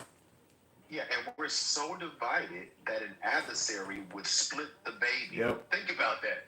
They're willing to split the baby. People aren't paying attention to the detail of what's going on right now. Pete Hegseth should be gone. Let's just pivot back to that. Pete Hegseth should be completely gone. I don't think he's going to do it. Now we're in and I'll say this and I'll land my plane, I'll let you go. We're in a constitutional crisis right now. What is the Supreme Court going to do? When that case gets moved over to Pam Bondi, is she going to stand down and not do anything? She's risking being disbarred or held in contempt. She's putting her career on the line. Well, right? She's putting her career on the line. My guess is they would probably be willing to sacrifice their career and stand with Trump because Trump's going to have your back. Okay, you lose your damn career, but you're going to be rich for riding with MAGA, then to defend your career and be on the wrong side of MAGA, which means that everything from your life on down is in danger. So it wouldn't surprise me if Pam Bondi does the same thing everybody from Mike Lindell to Rudolph Giuliani did. They were willing to sacrifice their careers to stand with Trump. But I'm gonna tell you who's not gonna do it. This is just my personal opinion, and then I'll drop down. Comey Bear is not gonna do that. True. She's not gonna do that, and Roberts isn't gonna do that. They're not gonna listen. You got a lifetime appointment at the highest level. They're not gonna risk it. So those two right there are gonna change how these rulings come down. That's what I think is gonna happen. And that would give but Amy Coney Barrett and Justice Roberts, that's kind of giving the liberals a 5-4 victory on a lot of issues now. That I agree with that. I think that in some of these cases, just like with stuff from back in the day, like Plessy versus Ferguson and things like that, some of these folks don't want to go down as a Supreme Court justice that was on the wrong side of history. They just don't want to be part of that group that voted for shit that 100 years later, you're coming up as one of the Supreme Court justices that look like a racist or whatever. I think Amy Coney Barrett is one of those. Clarence Thomas, I don't know what that boy, that tap dancing Stephen Kuhn, Calvin Lovin, man, that he did. And even when him and Alito voted 9-0, they had to come out with their own statement after the fact. It's just, but again, let me tell you, the wrong side of history is a real thing, and I think that if the Supreme Court doesn't uphold the Constitution, it's over. Because of it's over with. It's over with. It's over. It's completely over with. But listen, man, before I go, I want to tell you this. And come on, let's keep tapping the screen and get Tim up there. We almost at 30,000. Let's get up to at least 40. I appreciate what you do. I know you always hear about coolness and MAGA don't like you and all this things. But in all seriousness, you stand there firm in the trenches. You don't let it rattle you. You continue to do your show. I appreciate that and respect that about you, bro. I really do, man, because everybody can't do that. So keep doing your thing. Work on that bladder. You might want to start taking some supplements. You can eat, we wouldn't know if you had a little bag underneath the table. We wouldn't know in case that happens, but I appreciate it. Apparently Mike was having some technical issues toward the end there, but thank you, Mike. Billy Wop, first time I had to cut somebody off. Mike, appreciate the galaxy. Had to cut him off. Thank you, Mike, for that support. Thank you for the accolade, Mike. You know my door's always open to you. Much love to you, man. In the comments, Billy Wop says, Tim, do you believe Trump is a real patriot? Depends on what your definition of patriot is. It really depends on what your definition of patriot is. This is where you guys, some of my liberals are not gonna like me, but I do believe that all of these politicians get in there, and to some degree, their actions are more narcissistic than they are patriotic in regards to this country. I think, because I'll tell you something. You folks may look at Trump and say he gives a damn more about himself than he does about the country. I'm going to tell you, the fact that it took Biden so damn long to step down when everybody, even on his side, was telling him you need to step down, he was putting himself above the country as well. I really, that's my opinion. You can disagree with that. I invite dissenting opinion anytime, but my opinion is it should not have taken him that long after that June 27 debate. It took him till August to step down. When you started having the George Clooney's, you started having the liberal donors started saying, we're not going to donate money to this guy's campaign. He's not going to win.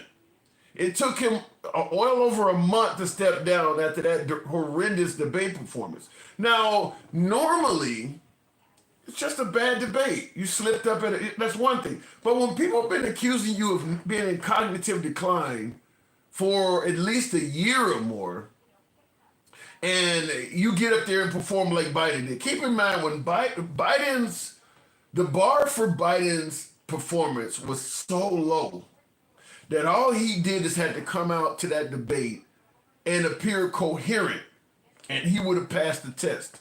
And he couldn't do that. Yet it took him a month to step down. So I'm not going to deny that Trump's narcissistic, and he certainly does things that indicate that he might be more concerned with his own welfare than the welfare of the country.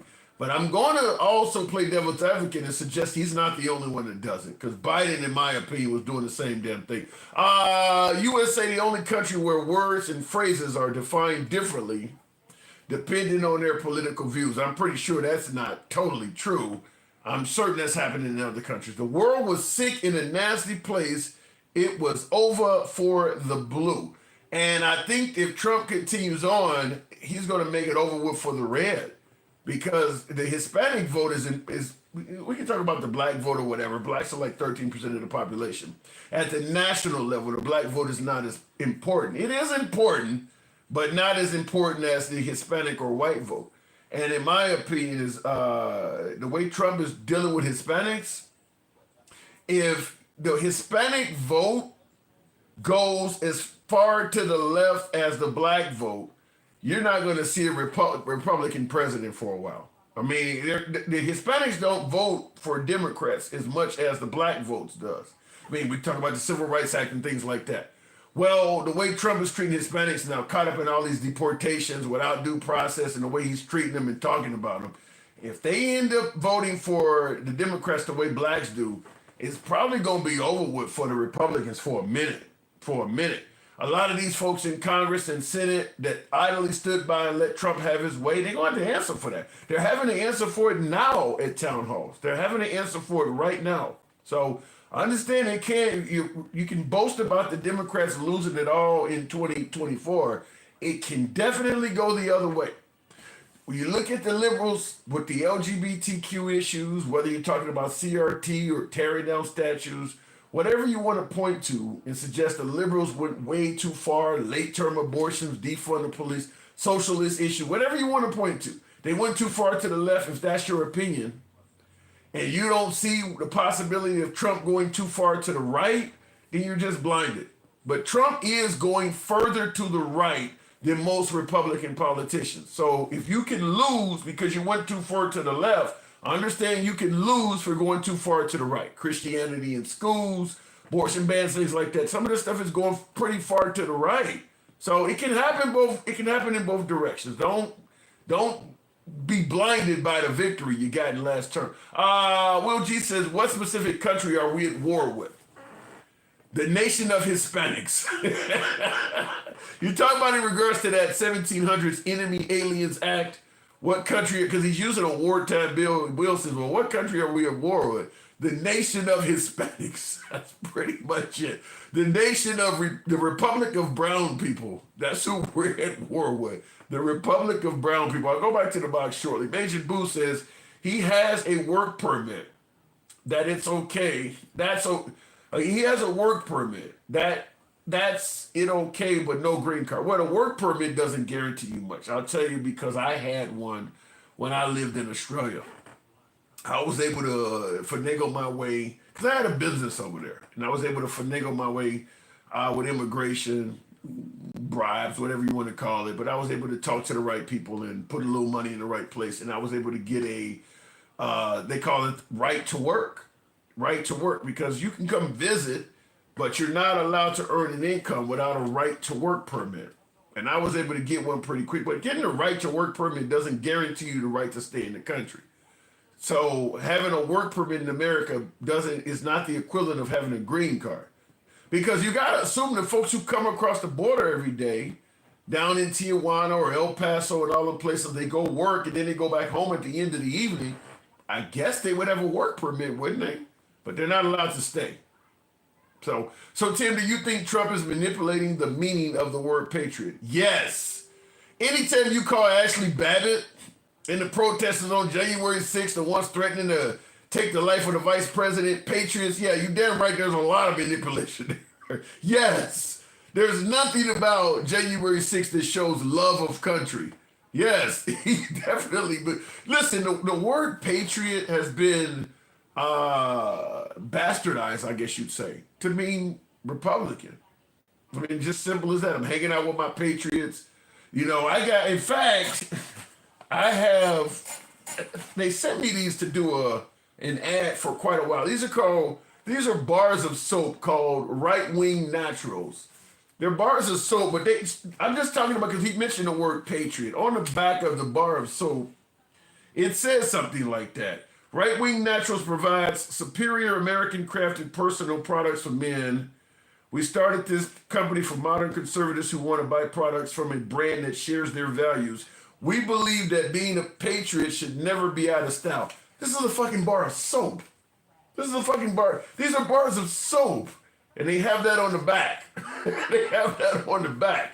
We believe that being a patriot should never be out of style. So yeah, the word patriot has been turned into a synonym for conservative or for Republican. So yeah, there's been some change in that. Under the Alien Enemies Act, a specific country has to be named. MS-13 is not a country and actually originated out of California. I didn't know that part, that under the Alien Enemies Act, a specific country has to be named. So what if we're at war with Al-Qaeda or ISIS? I didn't know a specific country had to be named. That's interesting. Because otherwise, Trump was suggesting that it was invasion. But if a country has to be named, then he's just going to name he's going to name Venezuela. He's going to name the countries that he's deporting folks from under the Alien Enemies Act. Okay, so you want me to name a country where we're deporting Venezuelan migrants to El Salvador? We're at war with Venezuela. I mean, that's what he would say. He would just pick that country. That's the way he would try to get around it. He got the most savvy attorneys there is. It's hard to say, but they're really good at loopholes, delays, altering meanings of words and things like that. So no matter what happens, expect lots of delays and shit. Anytime you are arrested, the Fifth Amendment is applied and Miranda rights are cited to you, even immigrants. Well, that's what's up for debate. Many are suggesting that if you're in this country and you're not here legally, you don't have rights. I asked that question at the beginning of the live. If you're in this country and you're 100% here illegally, should you have rights? I had a lot of folks in the comments say no. I have to see if I can get a MAGA viewer on the program, because I'd be curious to hear if MAGA believes that. I mean, because look, not having rights could mean that you could be beaten, you could lose your life, you could be robbed, you could be raped, or anything by Homeland Security. You have no rights. But I got a lot of MAGA that believes if you enter this country illegally, you don't have any rights at all. Don't be surprised with these tariffs. Countries will try to make a deal with 0%, and then the catch-22 happens, and Trump decides to keep the heavy tariffs as extortion. Well, Trump is absolutely using tariffs as a weapon. I don't think there's any denial of that, because he was able to put tariffs on and then remove tariffs for maybe businesses or corporations that he had a favorable relationship with. Like, for instance, dropping the tariffs on laptops and cell phones because Apple, the CEO of Apple gave him $1 million or whatever. So meanwhile, somebody else that has a much smaller company in this same, somebody, a mom and pop business is like, well, why don't I get some kind of exclusion? Because I couldn't afford to give you $1 million. You don't suspend tariffs on my products. So yeah, he's certainly using tariffs as a weapon. I don't think there's any denying of that. That's what's happening. But Trump is savvy. This is what he does. I mean, he's using federal funding as a weapon. I mean, he is one of the main things Trump complained about under the Biden administration was that Biden was weaponizing the government to go after his adversaries. Trump is doing that. I don't think there's any denial that Trump is actually doing that, going after law firms that defended clients that were against him. The law firm is just doing their fucking job. If Hillary Clinton walks into a law firm and says, I need you to defend my case, they're just doing their job. And now Trump is going after the law firms. So he absolutely is weaponizing the government. I don't think that's even up for debate. But he was complaining that Biden was doing it. And MAGA was too. All of a sudden, now that Trump is doing it, MAGA doesn't seem to have an issue with it. But he clearly is doing that. Up to and including federal funding for universities, because I don't want them, promoting DEI or whatever. I mean, just picking and choosing. If you don't do what I want, then I'm going to try to hurt you. He's absolutely doing it. I don't think that's up for debate. Tim, be careful. Don't drop the soap, bro. Wow, a bar of soap. Oh my God, Major, you are crazy. But yeah, there's a third bar that's around here. So this one is Kingdom of the West. That's the scent. This one is Razzle Dazzle. But yeah, it's called Right Wing Nationals or Naturals. Right Wing Naturals. It is soap. And we started this company for modern conservatives who want to buy products from a brand that represents their values.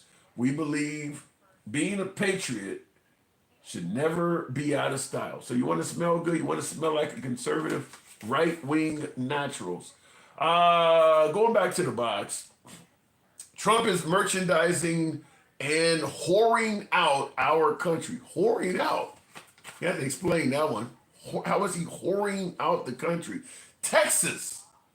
Good evening, Texas. Welcome to the program.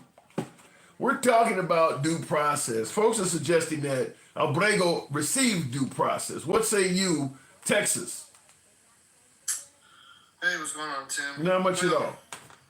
When it comes to that matter, really, I have to say, we had, especially your last two guests disagree with you on this, but Biden sucked at the border, and that's just it, right? So we had an influx of illegal immigration to the country. I mean, that's the vote. I would agree with that's the voter. Whether or not Biden sucked, whether or not we can look into it and figure out or not, the voter perception is that he sucked. I think more people in this country, before Trump became president, believed that he would be a better choice for border security than Biden was after seeing 4 years of Biden. I mean, the voter perception is that Biden sucked on the border. Yeah, I mean, but it's hard for a lot of people on the left, and especially the far left, to admit to any fault of a liberal Democrat. Do you see that on the right at all? Now you say this Harvard. They do. Oh. But that's what I find funny. It's ironic. One side they hate the other, and they both do the same thing. Yeah. Really, don't they? I mean, it's just I sit in the middle and just laugh at both sides, really, because I've told you before I'm not far right, but look, we have to be. I'm a realist with it. Our judicial system has been backlogged since COVID, right? So now we have to get rid of all these illegal immigrants, and maybe some of them are legal, and Let me ask you this though: why are folks saying that Abrego, the guy on my screen, and why are they saying that he got due process? Do you believe he received due process? I think at a point he did, but this last time did he receive due process? I'd say no, he didn't receive it this time. He has in the past. That's why he was still right. Correct me if I'm wrong, but he was still having to check in with immigration. Yeah. So did he do something that we don't know? I don't know. Something allowed them to pick him up. You know what I mean? They'll find. Oh shit! They picking up every damn body. I started the program off by pointing out that they're sending letters to Americans telling them to self-deport. So you mean Americans with green cards and visas? No, I mean Americans like you. I mean Americans like you and me. They got a long line of ancestry in the country. I want to give you a quick one here. We'll continue talking, but I want you to see what I'm talking about here, and we'll talk about this on the other side. France says when he first got the email, he honestly thought it was spam, but decided to look into it, and that's when he realized he could be in serious danger of being deported. Do not attempt to remain in the United States. The federal government will find you. MENA resident Tom France says he received this email from the Department of Homeland Security last Friday. It was like spam. You thought it was spam? Yeah, I thought it was spam. Which said he would be deported after the DHS said they, quote, exercised its discretion to terminate France's parole. But France isn't on parole. He never committed any crime. In fact, he was born in Pennsylvania and has been a U.S. citizen his entire life. You hear about people being deported. Now I'm talking about people like that. And I got multiple screens of this queued up that I can show you. Immigration attorneys that are born and raised here. I mean, this is happening to people that are born and raised. Now, if this guy, you take those Royal Caribbean or you take those Norwegian or Carnival Cruise Line cruises.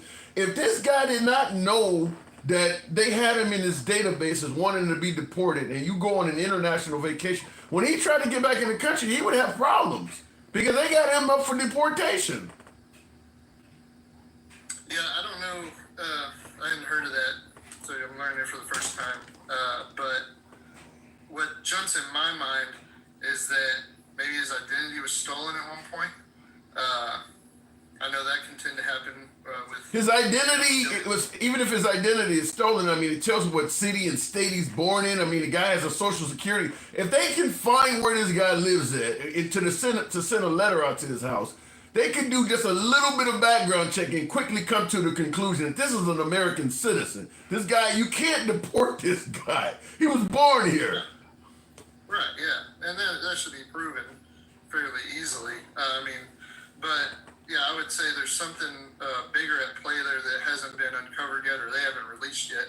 Definitely something to keep an eye on, right? I mean, if it's just on the basis of that he's in association with immigrants or something like that, well, I'll get one. A large part of my family would probably get one of those emails then. I mean, Yeah, but what about what I said? Whereas if he was traveling internationally and he tried to come back in the country and that came up, he could find himself getting detained.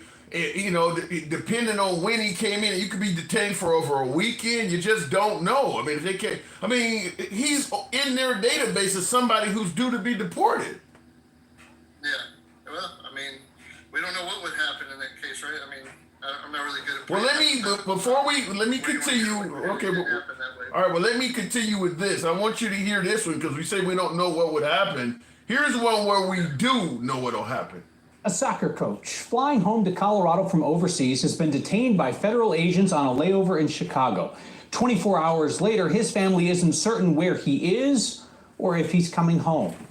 As the Trump administration cracks down on immigrants, even those with legal permission to live in the U.S., immigration agents say this situation should serve as a warning. A shock. I couldn't believe it. I thought he was going to go straight through. He had a 2-hour layover. We didn't think that there was going to be any problem. Jennifer James got a call yesterday that her husband, Suleiman Young, had been detained at O'Hare. Young, a lawful permanent resident of the United States, had been visiting his family in the Gambia for the first time in 2 decades. He lives in Aurora with his wife and 3-month-old son, works as a youth soccer coach. James says a customs officer told her that the system flagged her husband's 2009 misdemeanor marijuana possession charge, which was dismissed. We should note, Young also pled guilty to felony trespass in 2003. But his wife says since then, his green card had been renewed. He wasn't told to leave in the 15, 20 years since those court cases. So Young, his family, and his friends thought he was okay to stay and to travel. Rapists and murderers, huh? How does that happen? Well, and again, this is something that I would say the administration needs to come and give clarity on for sure. Will they? Who knows? I doubt it. I don't think any administration would. But to me, he erroneously got his green card renewed, right?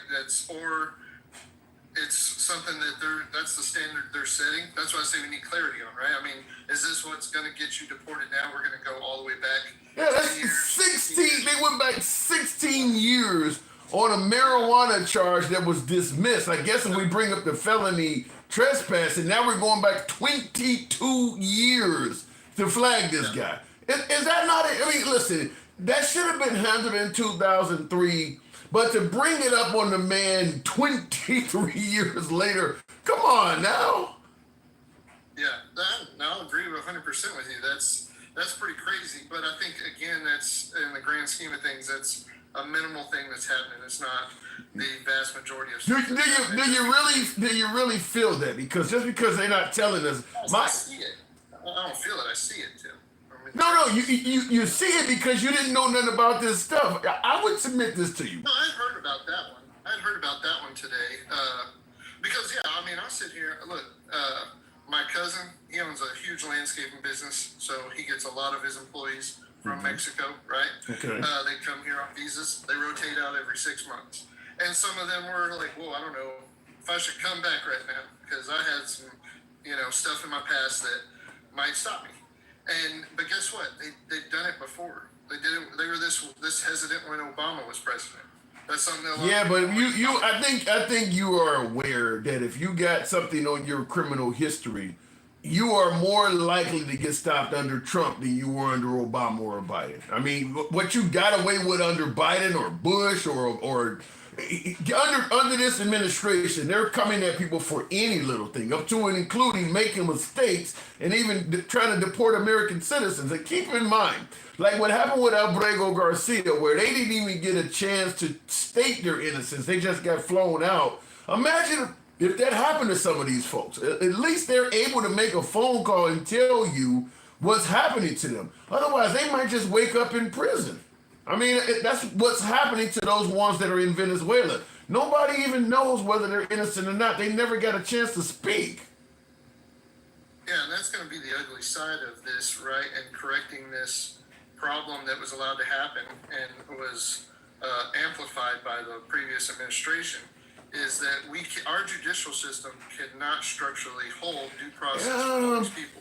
It can't happen. You can't. Yeah. I can't let you get away with that. I can't let you. This is a fact. I can't let you get away with that. I can't let you. You say the previous administration. Hold on. Judges. Here's. Come on, you have to let me make my point for you. Okay, go ahead. You're not listening, Tim. We're short on judges. One. Okay, we're backlogged 2-3 years for some high-class misdemeanor cases, all felony cases. You're going to wait a minimum of 2 years, and now we're supposed to put even more cases by the millions on this judicial system. If we lose our judicial system or it goes into a tailspin, that is the foundation to our democracy and our government. Previous guy, Mike, wants to say we're in a constitutional crisis. We'll get there quicker if we have to uphold the due process on millions of illegal immigrants that came here unvetted or, overstayed visas, whatever the minimal case may be, but it has to be corrected.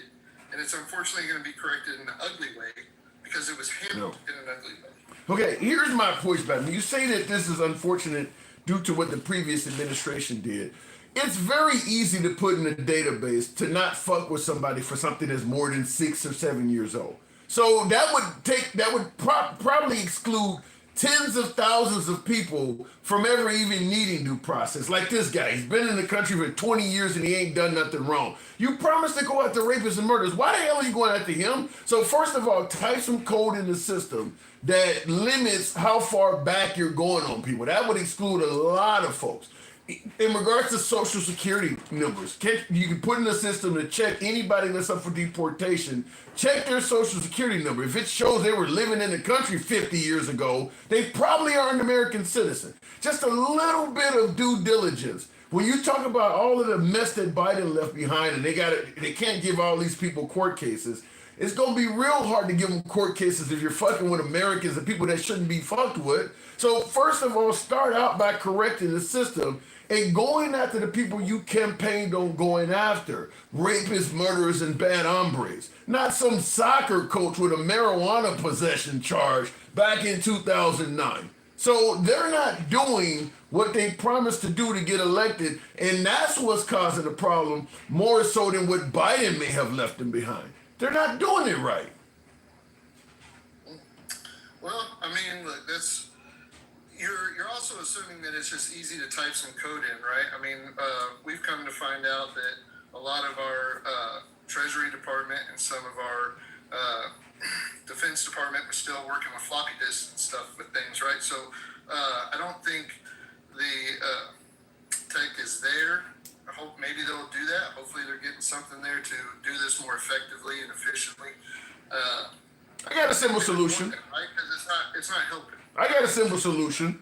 You could tell the the management throughout Homeland Security and Border Patrol and things like that. Use discretion. Is this person really a danger to this country?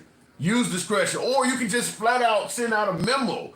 If the crime they committed was a misdemeanor and it's over 5-10 years ago, don't flag them. I mean, you can send out a quick memo to the management throughout these particular divisions and you wouldn't have to change any code. So yeah, it still flagged it, but I'm looking at it and we were told, it's showing he got a possession charge from 2009. We've been told that anything that's, over 5 years, if it's a misdemeanor, don't even worry about it. Simple as that. They could easily do this. They're not even trying. They could easily make this happen. I won't disagree with you on that, but that still kind of pivots away from your point of that they all deserve due process. And what I'm saying when it comes to that is our judicial system just can't hold that weight right now. Well, Everyone has to. Well, the reason why I'm saying that is the reason why we're saying they can't all have due process because there are millions of people. And my pushback is if we weren't going after every damn body, maybe if people that we would have to go after would shrink. I don't know what that number would be, but when Trump says 18 million immigrants came in this country illegally, most of them are not rapists and murderers. If we went after the actual people he campaigned on going after, it wouldn't be millions of people. I mean, people, all of the folks that I showed you, none of them folks are what Trump campaigned on deporting. None of them folks are.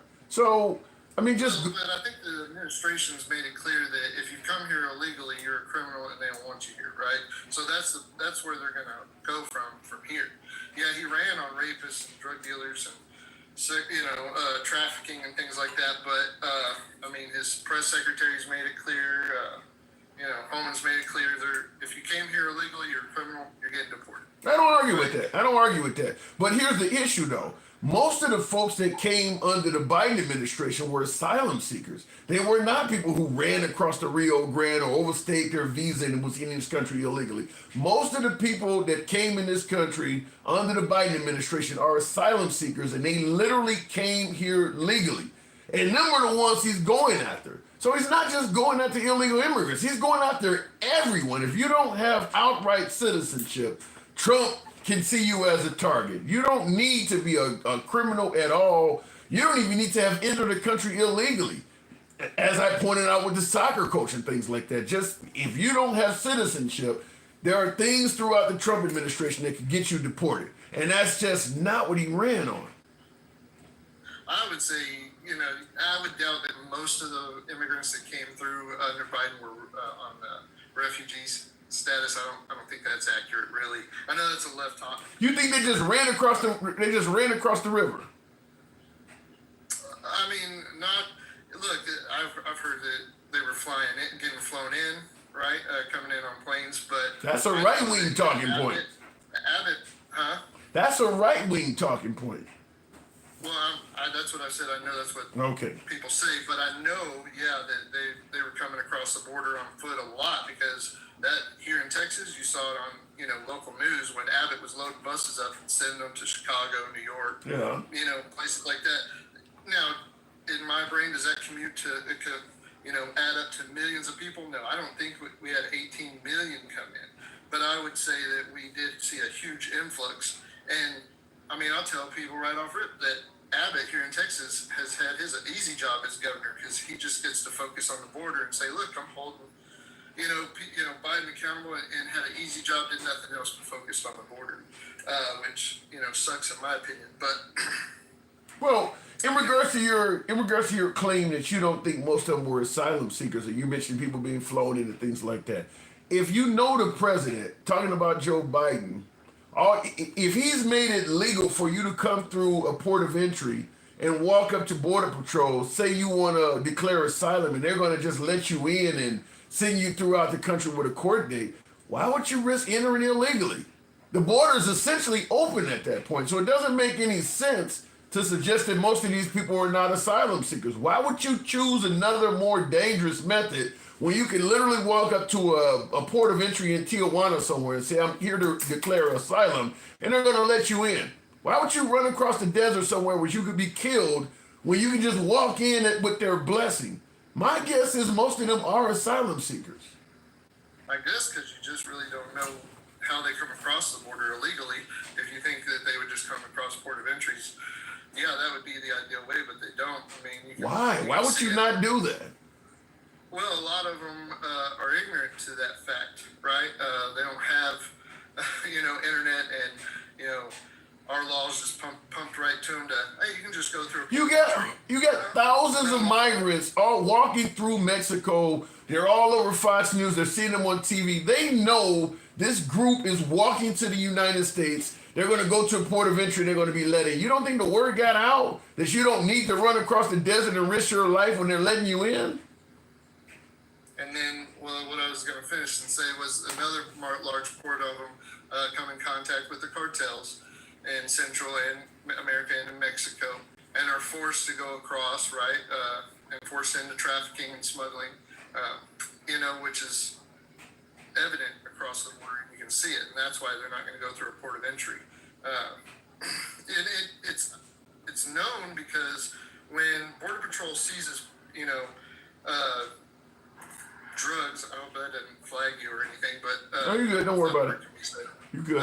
Drugs at the border, especially when it gets caught through a port of entry, that is pretty much looked at as they wanted us to catch that. Because here's this what we're willing to lose, and the rest is coming through people and muled through the border at places that aren't ports of entry. Yeah, a lot of people came through, and you can see it with the existence of grape trees and things like that people don't want to say exist, especially if they're on the left. They want to say that doesn't happen. Yeah, it does, and it's a horrible thing to see.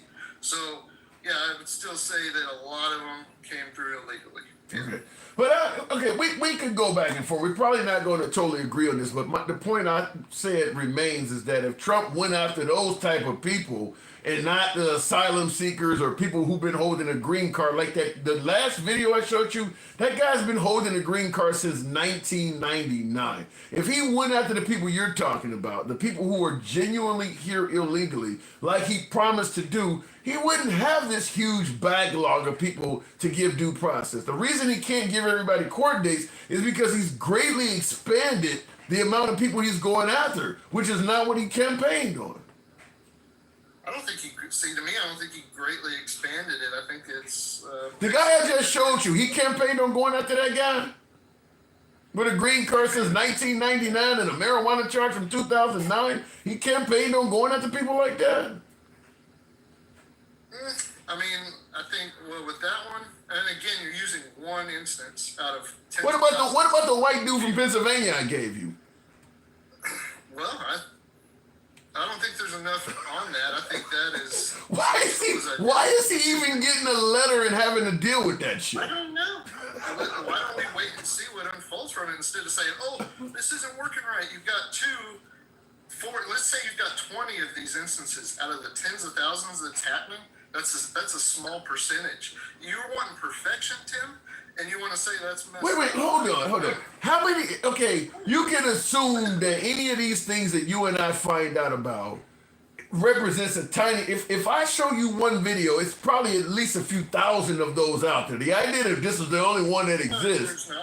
How does that mean there's 1,000 that exist for one? Where are you getting that statistic? Because you know that plenty of people do not have access to the media or access to get their story out. Just like Albrego Garcia. The left-wing media would be jumping with it and showing thousands of people being affected. That I think you're reaching and praying for that. That's sad because that's. You really think Albrego out of the 200 or 300 people they sent to El Salvador, you really think Albrego Garcia is the only one that got treated like that? You really think he's the only one out of that group?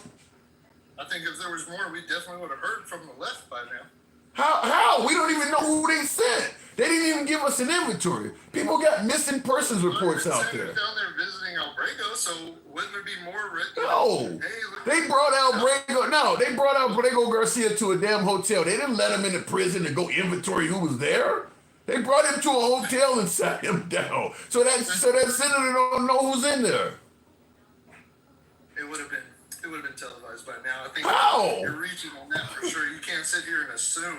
The only way when it happened to a handful of people. That doesn't make any sense. The only way they knew Albrego Garcia was in that prison is because Bukele, the president of El Salvador, put out that propaganda video showing people being brought into his prison, and his friends recognized him as one of the folks. They had a missing persons report out on Albrego. They didn't know where he was at. Same thing with there's this gay hairdresser they got down there in that prison. Same thing with him. Just a missing persons report. They didn't know where he was at until that propaganda video went out and people recognized that's my relative that they taken in there. So no, the Democrats won't know. We don't, out of the 200-300 people they sent to that prison, nobody knows who all of those people even are. There's no inventory. The Trump administration never told you this is the 300 people we sent. Nobody knows. So you can assume that there are people of, let's say for instance, you came to the country at 16 by yourself. Your family don't know if you got here, If you're missing, if the cartel, they don't know. So there's plenty of people they can snatch up and not tell anybody, and they would just disappear. That's very true, but you're still only, you got to go with what you see. You can't sit there and assume that there's thousands of people that this is happening to. I can't see it. But we can assume there's thousands of Lincoln Rileys and rapists and murderers, though. I don't think there's thousands of Lincoln and Rileys, and I know I'm not a Republican in the fact that I think that immigrants are bad. I know that's what gets painted when people. That's what he says. Right? That's what he says. It ain't what's getting painted as Trump. That's what Trump is saying. He's indicating that they're all. What did he say? Mexico's not sending their best and brightest. They're sending us their rapists and murderers. That's what he's saying. I didn't say that Trump wasn't holding the brush.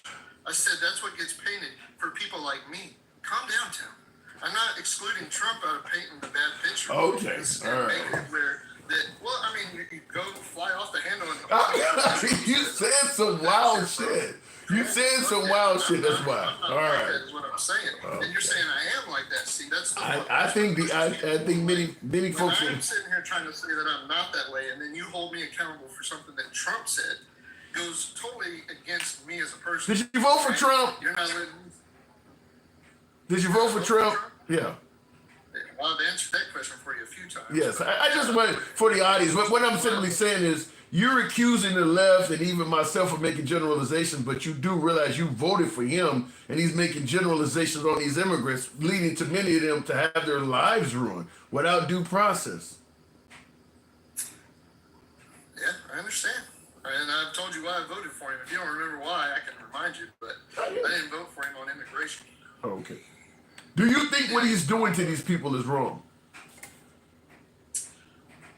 I think there's going to be some definitely unfortunate cases with that ain't what I asked you. But I don't. That's not what I asked you. Is it wrong?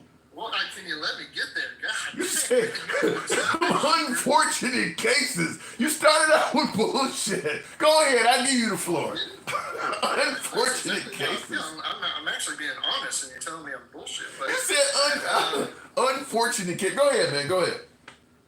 Yeah, that's what happens when you don't let someone get to their point. So I think there's going to be unfortunate cases like this. I'm not saying that these are going to be the only few. I'll say there's probably going to be more. I don't think there's going to be hundreds. I don't think there's going to be thousands. But I think it's something that's going to happen because of what is something that needs to be done to correct what was overlooked. And it wasn't just overlooked in Biden's administration either. This is something that has been a problem for decades in our country, right? So I'm just hoping we got to do what we got to do to get the problem resolved and fixed in the right way. It might not be done the right way all the way, but it's hopefully will get us in the goal that we need. And that's what I feel. You asked me to give you time when the simple question was, do you think what he is doing to these people is wrong? I don't even know if you said yes or no. Because you quit listening. I'm listening now. Is what he did to these people wrong? Is what he did to the. Is what he is doing to folks, people who are being deported, like the guy who has marijuana beef from 2009. Is what he is doing to these people wrong? Is it wrong what he's doing? Well, I said there'll be cases like that where they're unfortunate and they are wrong. Okay, there we go. Where we go? We getting there. Okay, that's what I was looking for. All right. I mean, I'm not denying that they happen. Okay. I don't know. You just quit. You zone out, I guess, or something. All right. I just okay, fair enough. All right, Texas. You know what I got to do. Always a pleasure talking to you. We don't have to agree, but I always like hearing from you, man. Thanks for coming through. Doors always open to you. You too. All right, moving on back to the vibes. And like I said, folks, that's how the program is ran. We're all about free speech. You don't have to agree with the host or any damn body on the program. That's how we do it. We go left and Bernie Sanders from having dinner with Q. I haven't solicited folks tapping the screen at all tonight, really, of any significance. Damn, the lights are really low. We should be around about 90,000. Tap the screen, get us up to at least 50. A good minute of tapping. Help out the algorithm, brings in more MAGA. It actually brings in more numbers to the program, too. But tap the screen, get the likes up. Texas won't understand until it happens to him. Unfortunately, truth will set you free. That applies to a lot of folks. And on the Trump side, yeah, whether it's federal, no sympathy for Americans getting fired from federal employee jobs or Americans that are being told to deport and stuff like that. That is kind of the mindset, is that we kind of need to do this. And as my last caller said, there's going to be some unfortunate cases. But then when it actually happens, because can you imagine saying Lincoln Riley, look, we do have to open our borders up and be, open to the downtrodden. And unfortunately, there's going to be some Lincoln Riley cases like that. Can you imagine how MAGA would take that? Well, unfortunately, some Lincoln Riley is going to happen. But our job is to be, somewhat responsible on the planet and look out for those, some unfortunate cases. There's just no way MAGA would ever entertain that. We're talking about deporting people to maximum security prison that have no crimes committed. And here's what really is egregious about this, because folks are suggesting that, listen, Abrego Garcia, he had due process, or he didn't have a legal right to be here, or he was sent back to his home country, or whatever the case may be. My take on it is this. This man has no criminal history of any significance in America, and he has no criminal history of any significance in El Salvador. Why is he in a prison down there? So this is where MAGA will suggest, well, we didn't put him in prison, we just sent him home and they put him in prison. The pushback is obvious. We're paying them to house him in that prison. So how can we claim we're not responsible for this man being in prison when we deported him to El Salvador knowing ahead of time he was going to prison, that we were paying to house him? How is America not culpable in that? We knew when we put him on the plane, at the end of your stop, you go into prison. We know this man is about to lock you up because we're paying him to do so. And somehow America's not responsible for what they're doing to this guy? Which essentially amounts to a human rights violation, by the way. You're locking somebody up with no criminal record. What El Salvador is doing is akin to just picking somebody up and throwing them in prison for no reason at all. This man has no criminal history in El Salvador. Why is he in a maximum security prison? Or why was he there? I believe they've taken him out, but why was he there? MAGA don't care. MAGA's like, look, hey, we had to get rid of him from here, so if getting rid of him means sending him to a maximum security prison, so be it. But just my personal view, this is where the liberal side of me comes out. It almost sounds like he actually had a legitimate asylum case. He fled El Salvador, suggesting that MS-13 was after him. Well, in this case, he could have also said, my own government is after me. They want to lock me up and I haven't done anything wrong. So we send him back to his own country, and that's exactly what happens. They lock him up and he hasn't done anything wrong. Based on what happened, he kind of has the perfect fit for an asylum claim. There's no reason this man should be in prison. There's no reason his home country should have thrown him in prison. He hasn't done anything criminal to be in a prison over there. And there's absolutely no reason America should be paying for it. But like I said, some folks in this country are like, that's cool, you can do it because he shouldn't have been there. Will G says the difference between Democrats and Republicans, Democrats will feed people in fear one might starve. Republicans will starve people in fear one does not deserve to eat. I've seen a video of somebody doing that online, making that statement. It's valid. It's valid. And I'll tell you why I say that. It's because just like anytime there's a welfare program or an entitlement program, the right tends to see fraud more than the necessary need for assistance. I don't want to give away food stamps because you're going to have fraudulent people receiving food stamps. So they tend to want to cancel the program to eliminate fraudulent folks from applying for food stamps or welfare or any other entitlement program. Well, the problem with that is obvious. You're going to get rid of the program so people who actually need it, it's not going to be there. So they would rather cancel the programs to prevent anyone fraudulent from getting it, even if it means canceling out people who really genuinely need it. And as Will pointed out, the Democrats, on the other hand, would rather give assistance to everybody, even if it led to people who fraudulently were receiving it, just to prevent innocent people from starving or whatever. So yeah, the right and the left they definitely see that different. I actually agree with that because I've been talking about it throughout the years in regards to the entitlement programs that the right wanted to get rid of. And in most cases, when they say they want to get rid of an entitlement program, it's due to perceptions of fraud. It's due to perceived fraud. And when they're getting rid of the program for fraud, the innocent people that actually need it, well, they lose out too. But you're going to get rid of it for fraud. Now imagine trying to sue. Yeah, you're going to be the sue if you don't have due process and nobody ever hears from your ass again. Miss Major Blue says, just say if, for example, if the far left win the election, think maybe if it went too far left, we could all be living in times of the movie called Demolition Man, having rat burgers or living underground. Well, first of all, I'm going to point out that there are far left countries on this planet. There are far right countries on this planet. And the far left countries are not living like that. I'm going to tell you this. This is where my beloved MAGA is probably not going to agree with me, but I'm going to tell you this. When you look at the countries on this planet that are far left versus the ones that are far right, I would much rather live in a far left country than a far right country. I mean, the countries with the most amount of freedom for the individual citizen tends to be far left countries. Far right countries are very strong in terms of religion. They marginalize whatever the minority population is, whether it's a person of color, whether it's Sunni versus Shiite, you name it, Croats versus, the Serbian, the whole thing with Yugoslavia back in the far right populations are not, they're big on the majority. The minority population in far right environments, the minority population gets mistreated. They're not big on women's rights in far right populations. Think Afghanistan or any of those countries in the Middle East that are far right. They're not big on that. And like I said, they're very, very religious.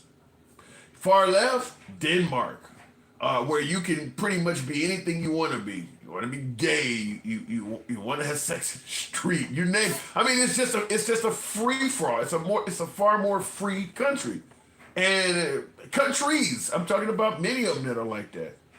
Norway is another example, or any of those. I mean, it's just, I would much rather be in a far left country from that aspect than a far right country, because the amount of freedoms you get in a far left country are going to be significant. Freedom of religion, all of that stuff. Freedom of sexuality. There's going to be entitlement programs if you need them. All of that. You're going to have all of that. The diversity generally is a little bit better. All of that stuff is there. So, looking in the comments, Major Blue says Trump is literally letting hard criminals out and deregulating food and vaccine research. He's talking about the J6 protesters in regards to the hard criminals. And you see who I'm putting on the screen here.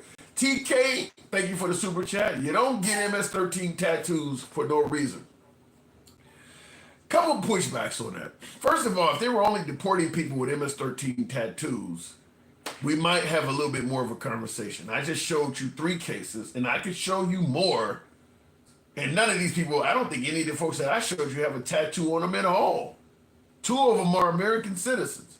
So if they were only deporting people with MS-13 tattoos and a history of being in MS-13, we could probably have more of a conversation. But they're deporting a lot more than MS-13. They're way beyond that. But I also would point out, a tattoo doesn't denote being in a crime. There are a lot of folks that want to be badasses, that wear their pants around their ass or do things that look like gang culture that are not in the gang. Also, there are people who have been bullied, who join gangs just to stop the bullying.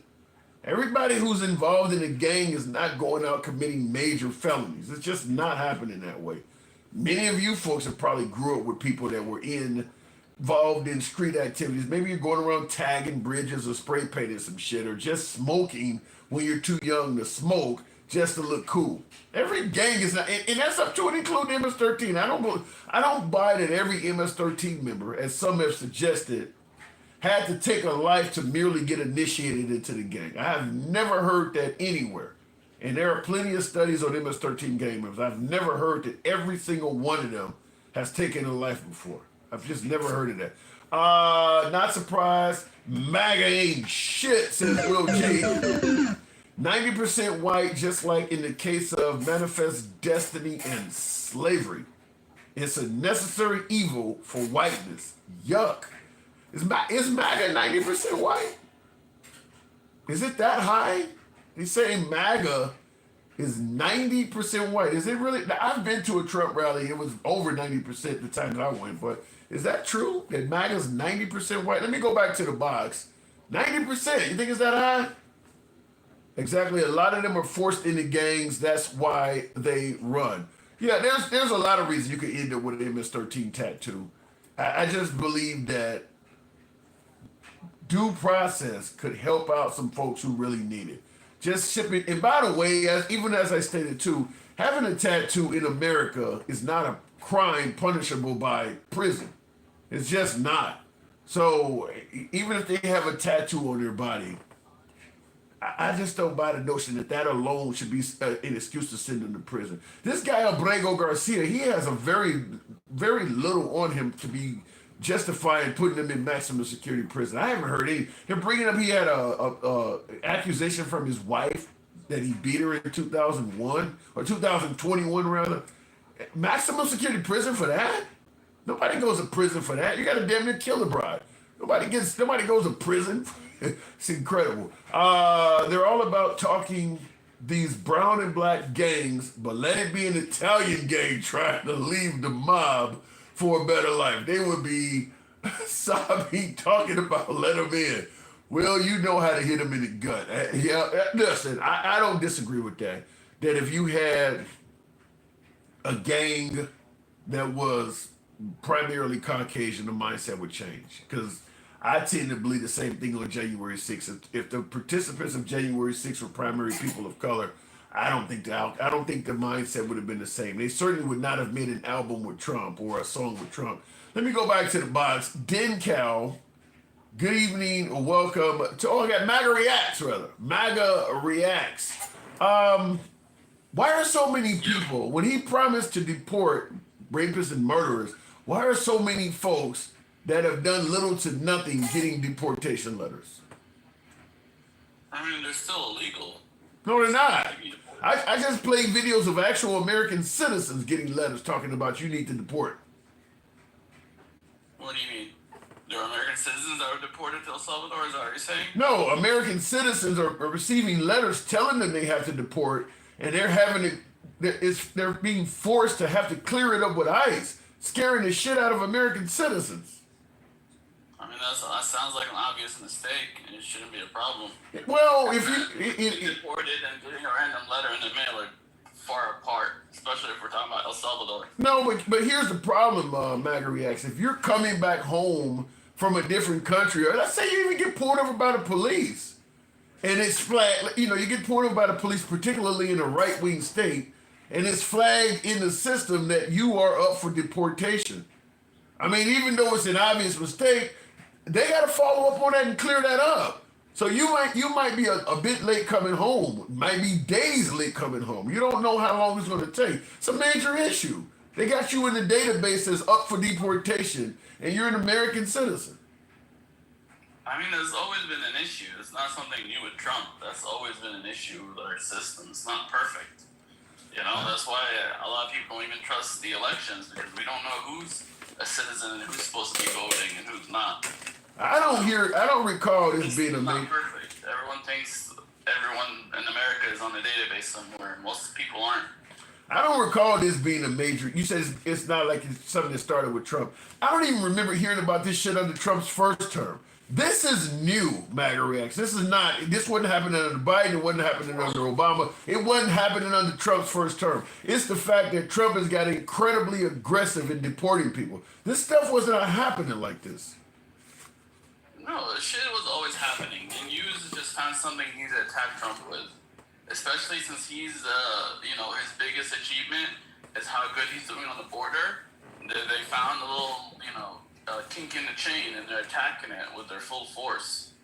I was looking up, before I got on here, I remember 8 months ago, watching a video about how, the Chicago Bulls sell a lot of green jersey, even though their color is red. And it's because a bunch of gang members buy them. and but it had to do with more LA gangs. So I'm not sure if it's connected to MS-13. Yeah, but are we really cool? Why is this hat that he's wearing important? Why are these tattoos important? For a guy that's not a gang member, he sure fucking dressed as one. Are we really going to be okay with actually taking action against people for wearing a Bulls hat? A product of the NBA, you got a hat on and you're... Procedure for 100 years now. Not 100, but at least like 20 or 30, 40 years now. Wait, say that again? This has been standard police procedure for like 40 years now. No, this isn't something we just invented for the You don't have the legal... I got pulled over and they kept asking me No. about my cross on my hand. Like, what is that tattoo about? You don't... And this was, You don't have the, you don't have, they don't have the legal right to do anything to you based on you wearing a baseball cap or even having if as an American citizen, the police do not have a right to do anything to you solely based on a tattoo or a baseball cap you're wearing. They can't do that. no, but any interactions with police, they notate that shit. They use it to ID you and to ID if you're a member of a gang. It's been police procedure since I was in high school. Yeah. Like I said, I got pulled over for speeding, and every single time, they check my tattoos more than they check. I have a small little tattoo. They check that more than my license. Yeah, but if you were to go to court up on charges or something, and all they had on you was that you had a baseball cap on that matched the caps of another gang, that ain't going nowhere. A good lawyer should be able to easily get that thrown out. Anybody could have went out and bought that damn There are cap. 4 things. He's got the hat. He's got the tattoos. He's got the informant. He's got like 4 or 5 things working against him. Are you telling me they're all like accidents? Well, well, first of all, the informant thing, I don't know where to go with that because we don't know who the informant is. I mean, we don't know what the credit. That's the first thing you need to find out is, was the informant offered anything for informing? Maybe he was trying to save himself from going to prison. The informant may have little to no. If you don't trust Mike Pence, suggesting that Trump was trying to steal the election, but you trust some random informant, then you're just biased. A lot of folks don't even believe that Mike Pence and Attorney General Barr, who were informing on Trump, was telling the truth. But we believe this random informant out in space somewhere? No, I agree with you, but it's like more than one thing. You got like 4 or 5 things now. And you got Give me the 4 or 5. Well, the informant. Why aren't they going after the cop? Why is no one interviewing this cop to ask him, is the informant legit? Is this whole situation? Where is this cop that supposedly did the report? That took the informant's information. Why isn't he being interviewed by the entire world? Because my guess is the reason he probably ain't being interviewed is because they're probably not producing who he is. The government don't even want to tell you who all of the people the only way we know Albrego They know who the cop is. What? They know who the cop is. It's public information. Well, The informant isn't, but the cop, we know who he is. I really doubt that we don't know his number. Well, we know who the cop is. well, We don't know who the informant okay, is. well, if you know who the I don't see any videos of anybody interviewing him. One. because he probably gonna stick with his story. I mean, let's be real about it. You got a lot of cops that don't like illegal immigrants as well. A lot of cops are MAGA.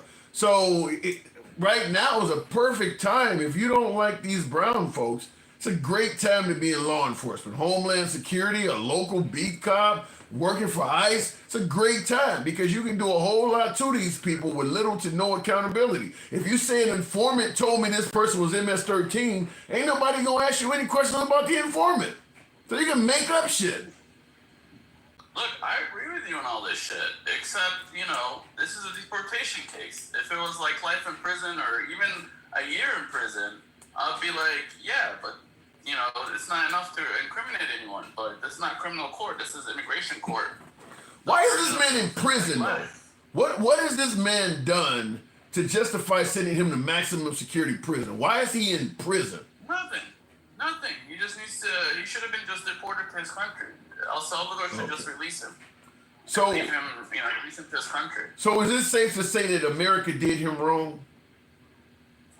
No, America deported him. I mean, El Salvador, even if we're paying them, they don't have to keep their own citizen and fucking... Wait. America knew the moment they put him on the plane that the intention on the other side was to put him in prison because we're paying for him to be housed there. We knew I guess I would present it like this. if we were not paying the El Salvadorans to keep these folks in prison, do you think they would lock them up anyway? No, I don't. I think, yeah, they would, because they're very strict against MS-13 over there. He doesn't. Their burden of proof is probably less than ours. So I think if he was deported for any reason to El Salvador, even if we didn't take him there, if he stepped foot in El Salvador on his own, he probably would have ended up in the same place, because that's how strict they are. So why would they? Okay. Because they went from being the murder capital of the world, or the most, from a lot of people getting killed, to very safe. Yeah, it's very safe if you're just randomly locking up males for no reason at all. Yeah, that's one way to make a country very safe. But what you're doing is criminal in itself. But that's how a pendulum swing works. They're going to be very strict for a few years, and hopefully they'll get to relax and slowly release those people. But how does it look? That's really how a pendulum swing works. Same with Trump. We had a free-for-all under Biden for 4 years, and now we're going to be a little crazy, be a little sensitive with our deportation. But, at least Trump's aiming for criminals, even though some of these people are innocent or allegedly innocent. He's not going after, he's going after MS-13 and missing. He's not going after grandmas and, deporting them. No. You know what I'm saying? His goal is still to go after criminals. He doesn't care to. The guy who literally just wants to deport them. He's going after criminals. The guy who literally pardoned folks who were threatening to unalive the vice president, pardoned them and called them patriots. That guy is going after criminals. You sure it's not a specific type of criminal? No, I mean, again, with January 6th, we could discuss that separately. I sent you a video yesterday or today. Does your video suggest that nobody that Trump pardoned was a criminal? What's up? No, I'm sure some of them were criminals, Right. but a lot of them were innocent, and a lot of them were treated just as bad as these people were treated. There's that one. The video I sent you had two people. The first guy was in solitary confinement for 4 months for no reason. He had barely a misdemeanor, maybe a felony charge. He barely walked into the fucking. He did no violence. He was kind of pushed into the Capitol building, and just because he was popular on YouTube and he was had a little bit of a following, they nailed him to the wall. And just because he wouldn't just take a plea bargain and he actually fought them, they put him in solitary confinement. And the other guy, he actually took a plea bargain and only got 6 months of house arrest and probation. But even he, they made him plead guilty to some shit. And the way they worded it, they left him open to a lawsuit. And the second he pled guilty, thinking, I made a deal, I'm getting off easy with house arrest, fucking people were ready to sue him. George Soros and his buddies sued him, and he spent $300K fighting a civil suit because he took a deal and pled guilty to How did they make him plead guilty? How do you make somebody plead guilty? Because they made up some bullshit charges, and he was facing 10 years. He was facing 10 or 20 years, or 6 months of house arrest and probation if he pled guilty to nothing. It doesn't sound like they. Would you risk 20 years or be in your house for 6 months? I mean, I'm going to take the 6 months, but it doesn't sound like they made him plead guilty. What they did was they gave him a lesser charge for not having. He didn't even enter the building. He just walked past the.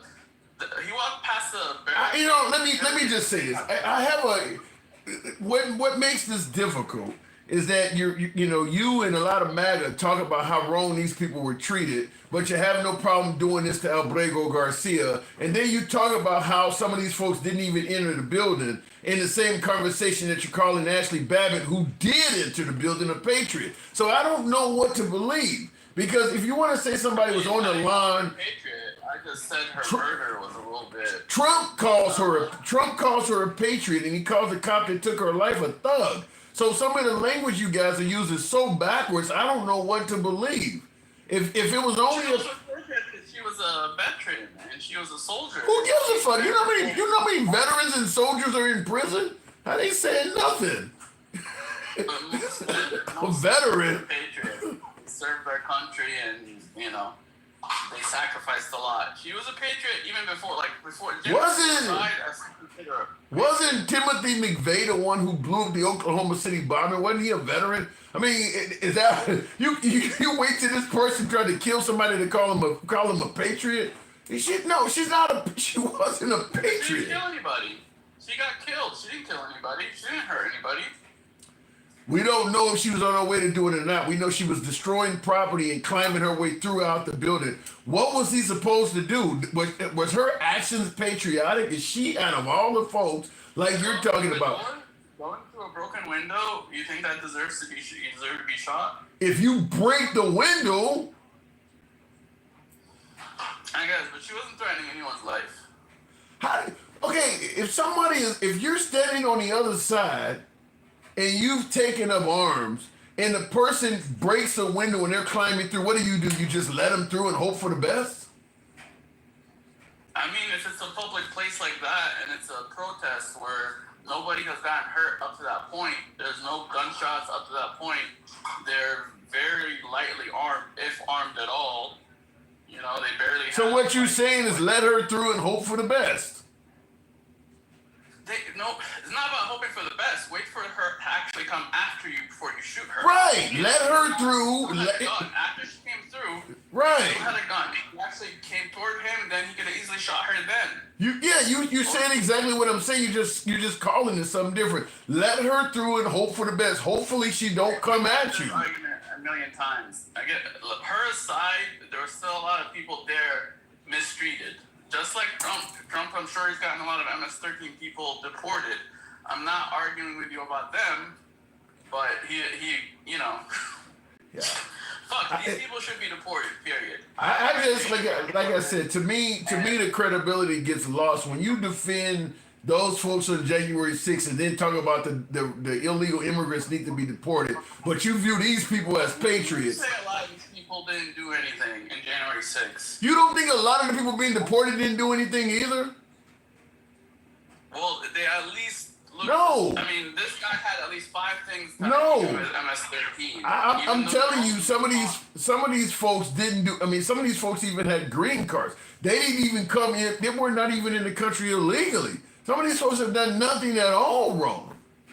Okay, now you're talking about the other ones, the protesters, right? Because I'm pretty sure. I'm talking about some of the folks. I'm talking about. Well, here's the problem. When you send hundreds of people to El Salvador and you give no inventory of who they are, there's no way to be certain that some of them folks are not innocent. Why are you hiding who they are? They were deported, though. They were deported. It's not innocent or guilty. They were deported. But how do we? You didn't belong in this country and you were removed. How do you know they didn't belong? How do you know they didn't belong in the country if you don't know who they are? Because it's the government that deported them, not. I'm sure someone knows who they are, and if any of them had green cards, we definitely know about it.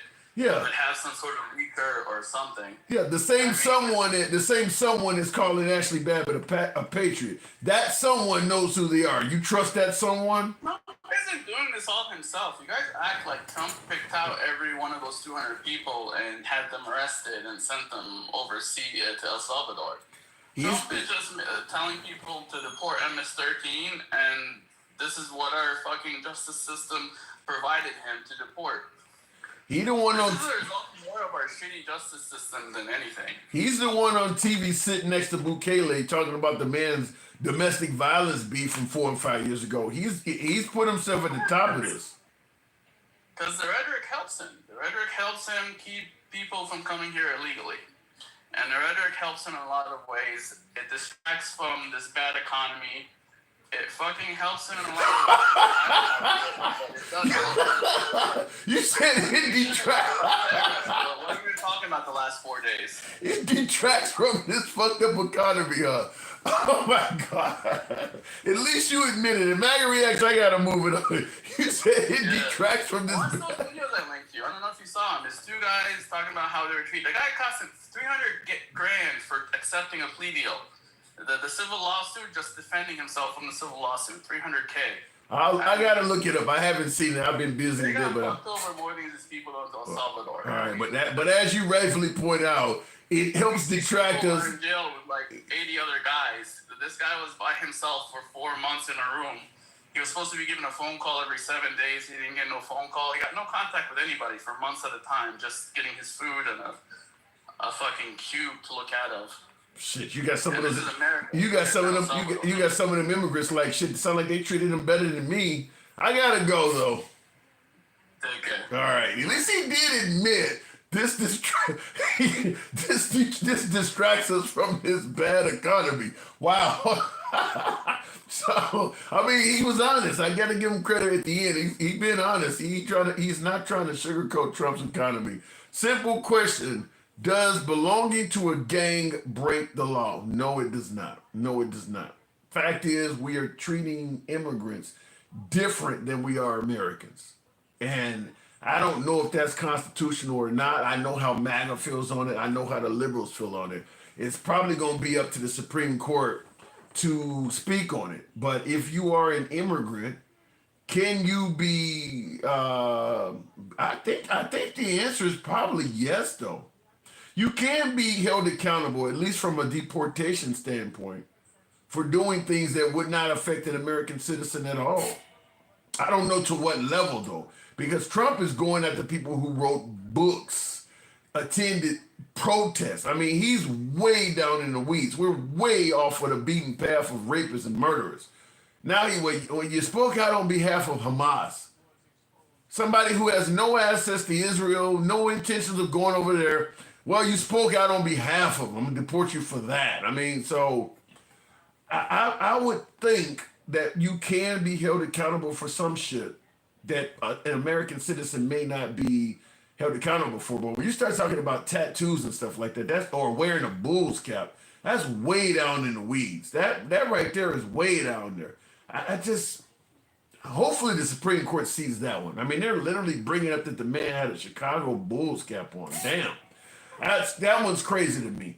Before we move on, how many of the millions deported by Clinton or Obama got due process? Do not know.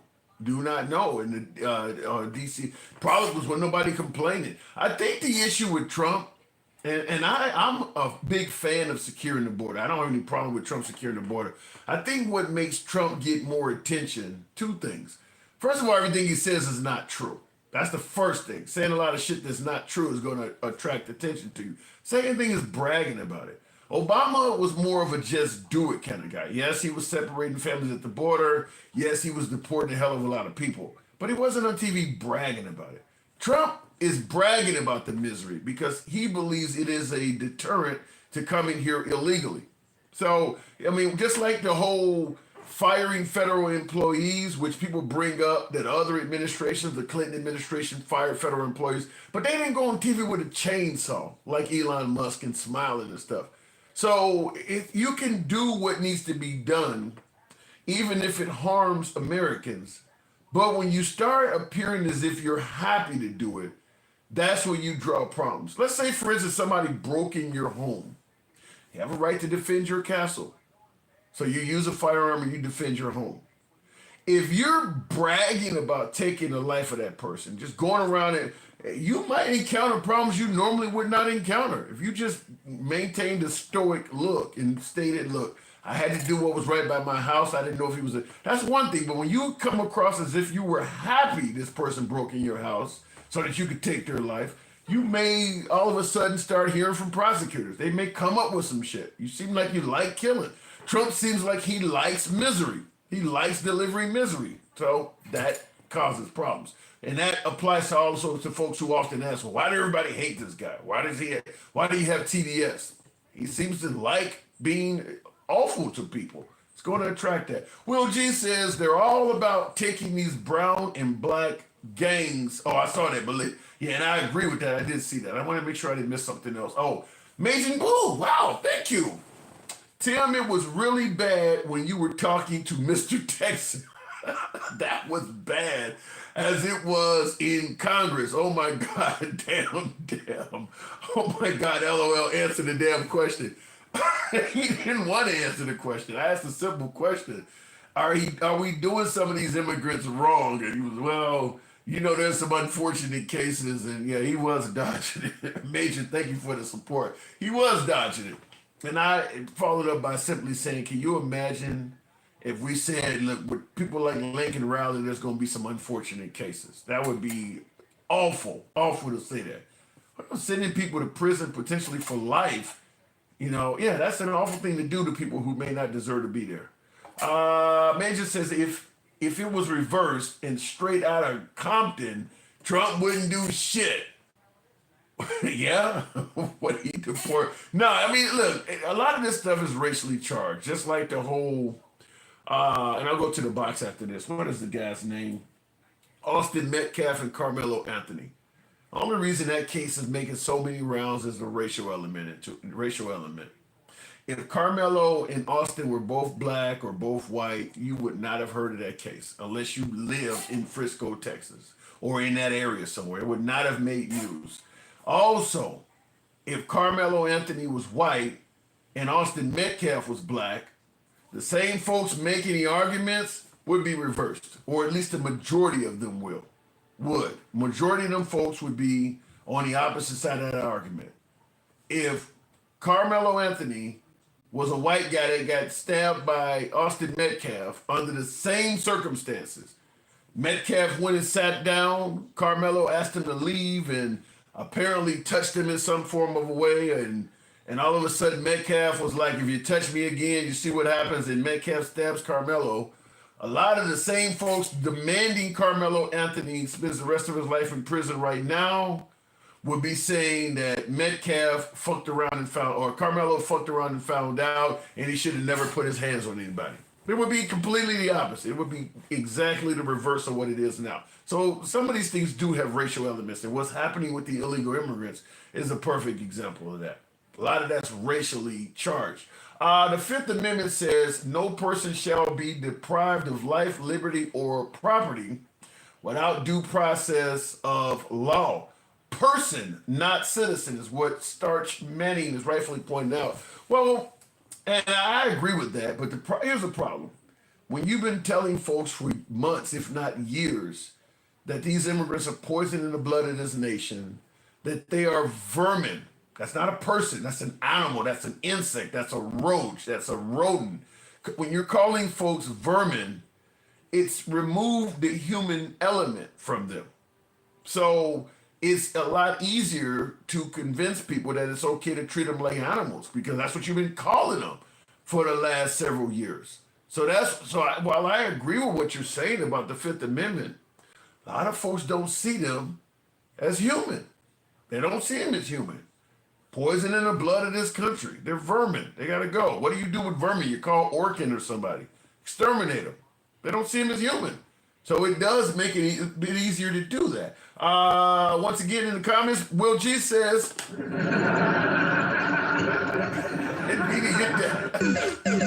Mag ain't shit. Says Major League Baseball better keep prospects close. They might get Juan Soto and Aaron Judge for wearing a Yankees or an Mets hat. How long before this does happen to somebody that is well known? I brought up early in the live stream the fact that we're hosting a World Cup next year, where athletes from all over the world come to America, and a lot of times their fans from their countries follow them here. Would you want to come to America right now if you were coming from you're coming from some of these foreign countries to watch your favorite soccer player or something like that, and you're hearing about people getting detained at the border, even Americans, even some American citizens are getting grabbed up. Would you want to risk coming here? Yeah, they'll eventually clear it out, maybe. You may serve 5, 10, 15 days of being detained, and they may clear it up. Might only cost you a few $100 or a few $1,000s to hire a lawyer to help them along the way in clearing it up. That your family may have to wire you from a different country. Or perhaps you get sent home and all of a sudden you done something that's slightly wrong and now you're banned from coming to the U.S. for life. Would you even risk all of that? And the idea that it can't happen is insane. It could happen. It absolutely can. and is to some folks. Wilgie says Vladimir Guerrero Jr. might get profiled for wearing a Toronto Blue Jays hat. Yeah, look, wearing sport athletics clothing has been a part of gang culture, even when I was a kid. In Chicago, by the way, wearing red was a gang color. But the police couldn't legally do anything to you for having it on because there are people who just like the Bulls and wear those colors as well. But now we're making it clear that we can at least deport people or grab them simply because of tattoos and attire. Like the channel says, Jamie, spiritual, medium. Thank you for the super chat. All right, let me go back to the box. I had a lot of super chats come in. Thank you, by the way. Thank you for supporting the program. And continuing on with Dencal, I think, wait a minute. I hit Arsha fine. Good evening, Arsha. Hello. Hey. Hi. So, Happy Monday. Yes, indeed, before it almost expires here. But folks are saying this man got due process. What say you? Which man? The gentleman. Okay. A lot of folks are saying he got due process. I don't know who those lots of folks are. MAGA. Well, the interesting thing is, if we go back to however many weeks ago, the actual Trump administration admitted that they made a mistake. Administrative error. They did say that. Yes. Yes, they made a mistake. They shouldn't have done it. We're going to wash our hands, though, because, oh my gosh, there's nothing we can do. But interestingly, because, we're in this shock and awe phase of, blowing shit up, that there's so much shit that happens on a daily basis with this administration that now all of a sudden it can claim on television or in articles or whatever that he's a criminal, and people forget the truth of, yes, we admit that we made a mistake and deported a person that shouldn't have been done that, shouldn't have happened.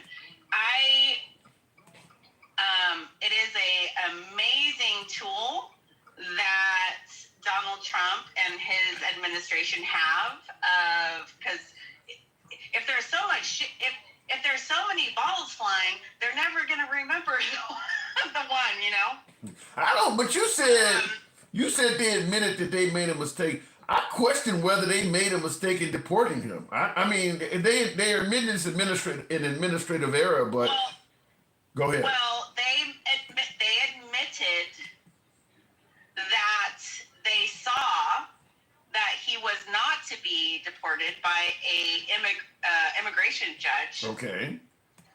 Fearing for his life. They admitted that part.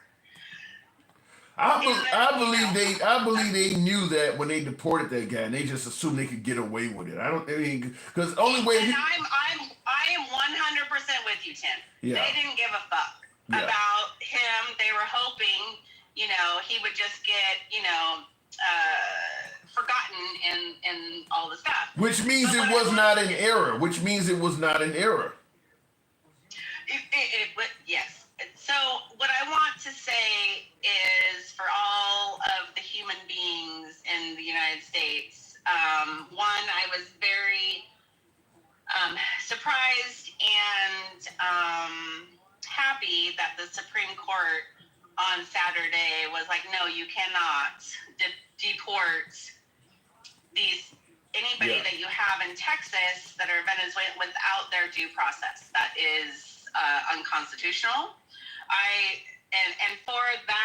For the Supreme Court to side with that, given the conservative and liberal, where we're at, I was very happy that they decided to go with the law. But what I want to reiterate to people that think this isn't going to affect me because I'm a citizen, there is a 20-year-old male sitting in Florida.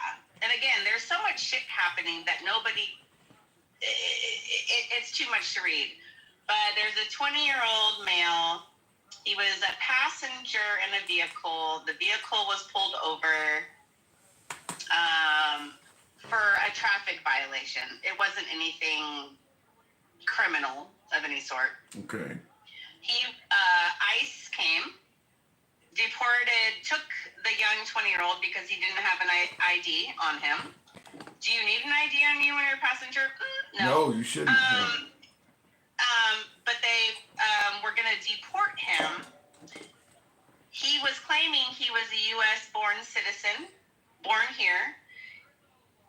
His parents, who brought to the judge his birth certificate of showing that he was. I think I've heard of this. I think I heard this case. No, this just happened last week. Yeah. The judge and the courts found that this document was legit. ICE still won't release him, even though the judge said so. So to all my brown people, I don't care. I mean, I'm biracial. People think I'm Puerto Rican. They think I'm Brazilian. Whatever. Bro, I am so terrified at this point. Yeah. You know, should I be carrying my birth certificate, my passport, my ID? Well, you know, here's my advice. And my advice is simple. Right now, at least under the Trump administration, until this stuff cools over, I don't advise, particularly, I mean, I don't even advise white Americans, but certainly a brown or a person of color, avoid international travel. I don't care if you've been born in this country and your great grandmother was. I would say avoid coming or going from America. Tim. Yeah. This guy was a passenger on a U.S. road with a friend. He wasn't even traveling. I mean, he was traveling. Yeah, but the point I'm making is it increases the likelihood of you. I mean, yeah, you could have some shit like that happen, but it's far more likely to happen at customs in an international port. So I'm saying, as far as travel is concerned, like I wanted to take a Carnival cruise. I'm not fucking with that right now because I don't want to take a risk of that happening. I'm thinking about buying a wig so that I can look like Ariana Grande. She can get it too. I mean, remember they deporting Cubanos, and they tend to be a little bit more white in Venezuelan. So that wig ain't gonna save you. And that's the thing I don't necessarily. Marco Rubio used to stand for something, and now he's just he is a disgrace, especially as a Cuban. Parents that left a fascist communist government. He used to, talk about human rights and how important it was around the world and the United States, supporting that. And now he's just like, Well, he is doing what his constituency wants. I mean, Marco Rubio has a constituency of MAGA, and MAGA wants what's going on. They want this, so he's doing what his voters want. I will just say that I believe he was once upon a time a real Republican, but he's been poisoned.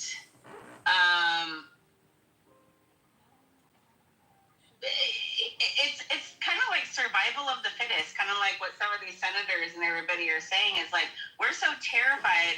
And I will like to say to all those people in our government that we vote for, if you don't have the balls to stand up to the Constitution and your constituents, then just retire. Just say, you know what, I'm a pussy. Sorry, actually, pussies are probably more powerful because I've had 2 babies come out of mine. So anyway, just say I'm a weak ass human, and I don't have balls to stand up for what my beliefs are. I'm so over this whole like give them a pass because they're scared. You know what? You're a grown ass human. Well, speaking of balls, Majin Boo on YouTube, you got a fan. Says my sexy wife is on Happy Easter Sweetie Pie. So you got a fan over there on YouTube. But he's probably a spammer. I don't believe any of those people think I'm sexy. I'm old. you can be old. I'm sorry. I am a 50-year-old fit female, so I will take that. Thank you. You Thank remember, you can be old and sexy. Remember Blanche on the Golden Girls? Blanche was getting it in. So you can. Wait, actually, I'm an Angela Bassett. Let's just put it that way. Ain't nothing wrong with that. Halle Berry. Ain't nothing Or wrong with Halle Berry. Ain't nothing wrong with that. Anyway, But wait, I got one more thing to say. Because I'm parked on the side of the road so I can have a conversation with you before I go home. I am a Catholic. Okay. I chose this subscription. Today was a day where, Pope Francis passed. And I want to say that his biggest message, being a Jesuit, he got rid of the Pope Mobile. He wanted to do all the things. He didn't dine with it separately. He dined with all the people in the Vatican. He lived in a hotel his entire time. But the refugee and the migrant, for all of you, for anyone who subscribes to being a Christian, remember that the Holy Family were refugees because King Herod was going to kill all of the boys.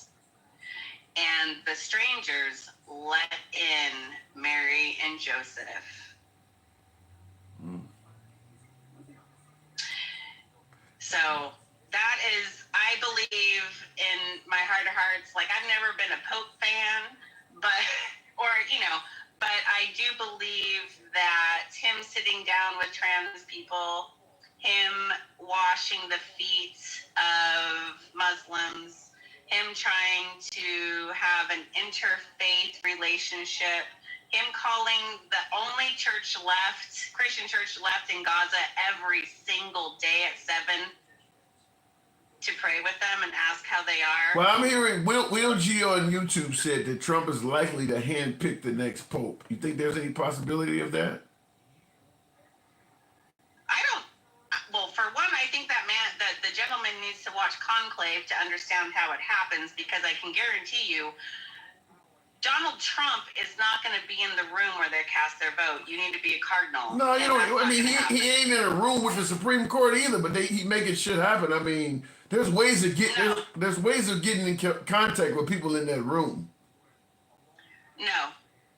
Okay. I don't think you know that they sealed the doors, right, where nobody can leave and nobody can enter. Okay, I don't know all this. I gotta move it on, but hopefully you're right. Hopefully you're right. Anyway, don't forget to help thy neighbor and carry your ID, people. So. That's crazy. Love you, Tim. All right, appreciate it. Right. By the way, if they don't want, even if you got your ID, if they want to get your ass, they'll just pretend like they didn't see it. Throw you in the back of the car and throw your ID in the bushes. Like I said, right now is a great time. If you do not like brown people, it's a great time to be in law enforcement, because nobody's going to hold you accountable. So even if you do pull over somebody, and you're trying to find out if they have a legal right to be in the country, and they pull out and show you passport, sir, have passport. Take the passport, throw that shit in the bushes, and then just take them out and do what handcuff them or whatever. It's not like anybody's going to really listen to what they say from that point on. So I mean, there's just no accountability. You can really do a lot when you don't have no accountability with people. And right now, there's a lot of that.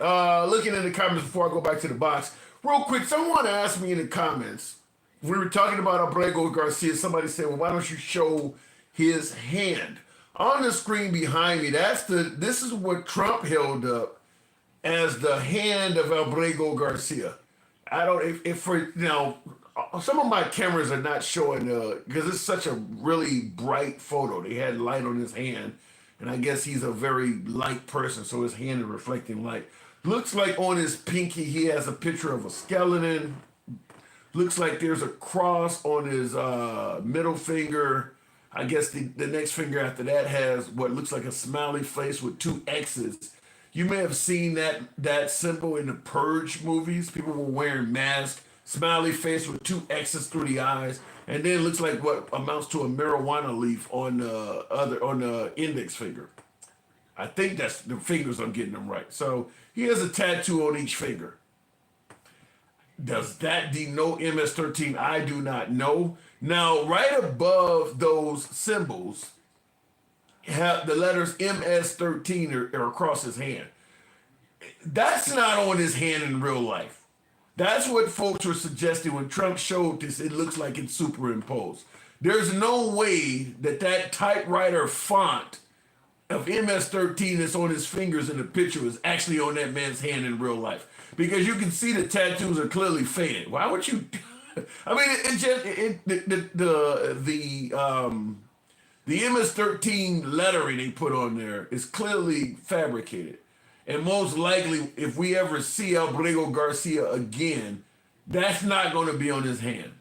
Now, Trump, maybe even MAGA to some degree, will say he had it removed, but that MS-13 part, that's not going to be on his hand when you see that guy. I guarantee you that's not on there. They wrote that above it to, I guess, to try to denote, well, see, these tattoos indicate MS-13. Why did they do that?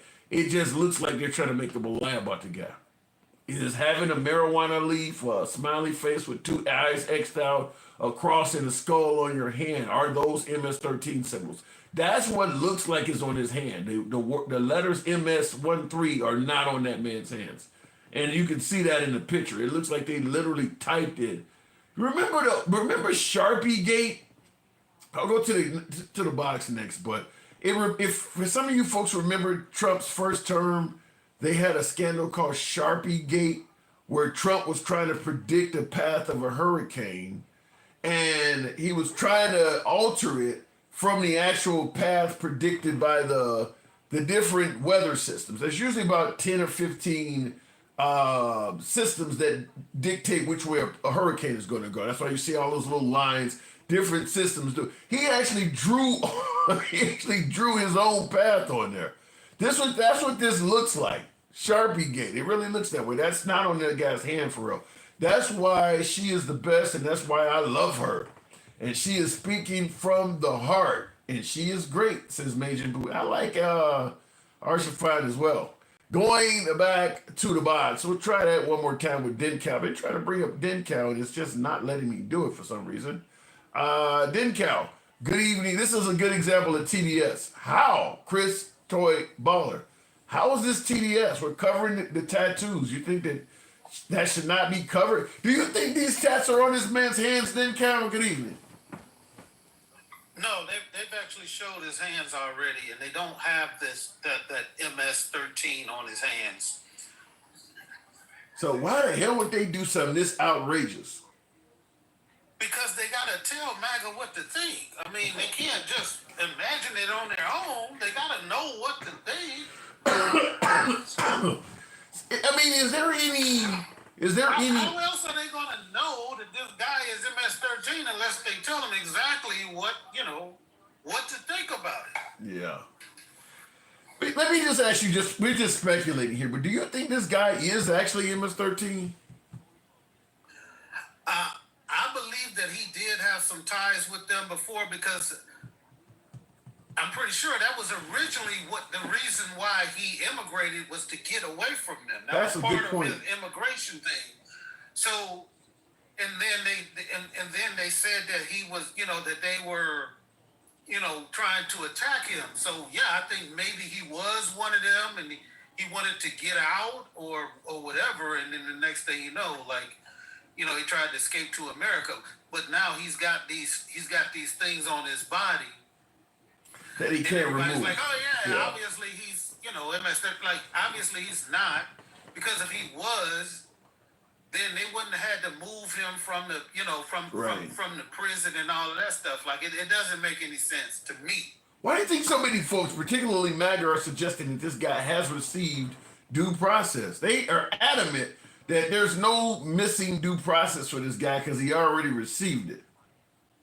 Well, I mean, the thing is, like, if he had due process, we wouldn't be having these conversations. Like, it would be that simple. You've got judges that have came out and said there's no reason for him to be deported. You know what I'm saying? Like, I don't, like, it's like we've come to a situation where we just got to take MAGA's word for everything. Yeah, I think. We can't listen to the judges that say, we can't even listen to the Supreme Court that said he needs to be brought back.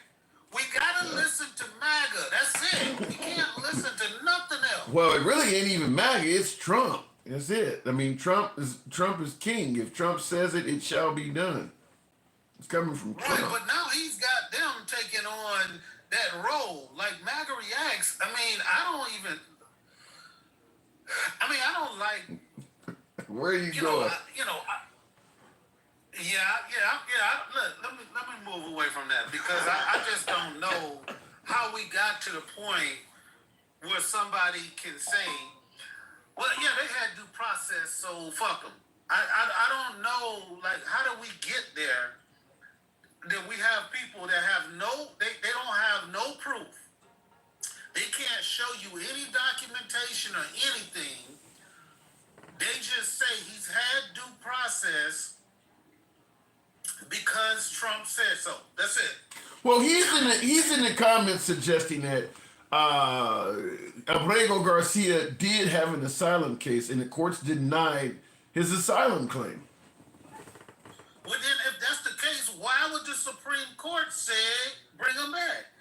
He's not explaining like what the hell is going on. Trump told you that he had an asylum case. He told you that judges said that he's MS-13, but they can't show you shit. Yeah. Well, they showed the knuckles. They just showed the knuckles. I guess that's supposed to mean something. I'm just telling you, they put the knuckles up there. If that's the case, let's use just regular logic. Because we know that the Supreme Court wants to go along with Trump. They want to go along with him. I don't, something, I normally say that, but I think he is slowly but surely losing two of them. Amy Coney Barrett, because when they don't vote his way, he personally attacks them. So, and he's sending MAGA after them. I think Amy Coney Barrett has received some death threats. So he is starting to slowly lose at least them two. Him and what is it, Roberts? I think Roberts also. So if he loses Roberts and Barrett, say it again. But Roberts, he wants to, he's in charge of the court. So I think,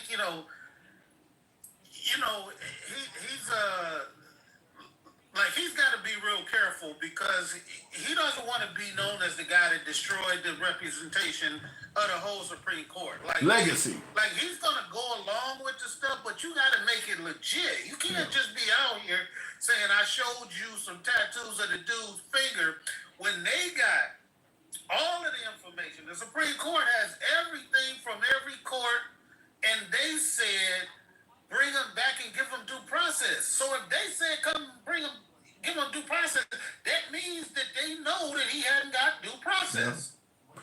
I mean, the thing about it is, as Trump's spokeswoman stated, I believe they could bring the guy back, give him due process, and then deport him. I mean, just bring him back, get a court to say that this guy's asylum claim is denied, and then just deport him. The only difference is they would not be able to deport him to El Salvador because the court has ruled he can't go there. But you would have the legal right to deport him to everything from Guantanamo, I guess. Well, I think they got banned from doing that too. But I guess you could deport him if you could find another Hispanic country that would house him. You could deport him there or whatever. So they could have a legal right to deport him, but they chose to deport him to El Salvador, knowing ahead of time they were going to throw this dude in prison.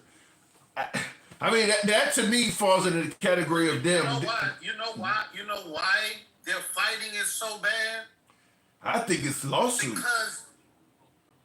Because every other person that's there would have to get the same due process. They don't want to do it because they know all of those, the vast majority of those people were sent there without due process. Yeah, but you can't give them due process if you don't know who they are. So even if El Brego comes back, unless El Brego starts snitching and being like, well, Fernando is in there too. I mean, the thing about it is everybody that they sent to that prison, everybody doesn't know who they are. Let's say you're a 20-year-old who followed the caravan and you came to the United States with the caravan, not necessarily with your family, anybody. there may be no one who's put a missing person report out on you. I mean, so there are probably people that are in that facility and their family, if they have them, nobody knows where this person went. I just know they went to the United States for a better life. I haven't heard from them. They don't know where they are.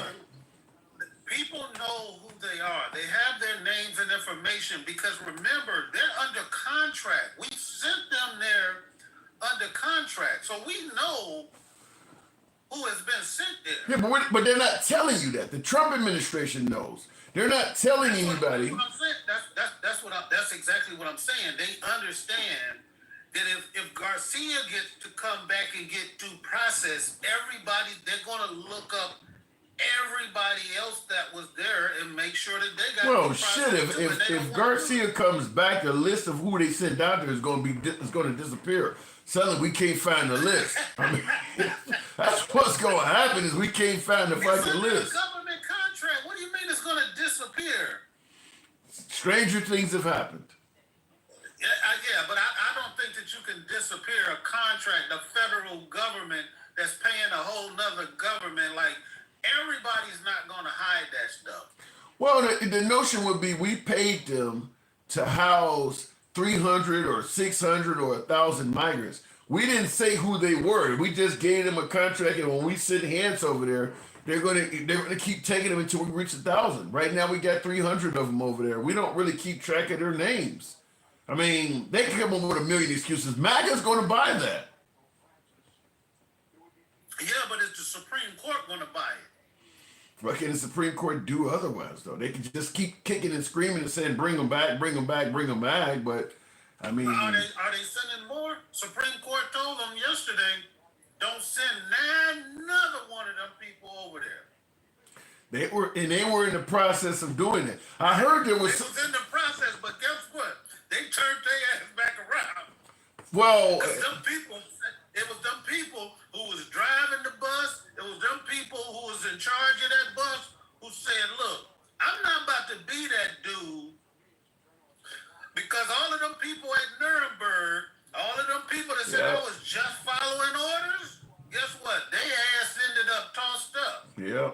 I mean, the thing about it is, I think it's pretty clear that there's some wrongdoing here. So yeah, just following up with, well, I was just following orders and doing what I was told. No, you know you're treated. It kind of reminds me of A Few Good Men with Nicholson and Demi Moore and Tom Cruise at the end of the movie, The Two Marines, where one of the guys was kind of wondering, well, we just followed orders. Why are we getting discharged? And the other guy told him, we knew what we was doing was wrong. I mean, yeah, we knew this was wrong. That's why they discharged us.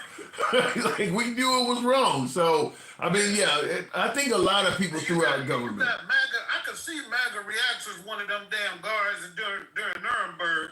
I can see him at Auschwitz right now. Talking about, I'm just... Damn! You know they was guilty because they said they was guilty. Auschwitz!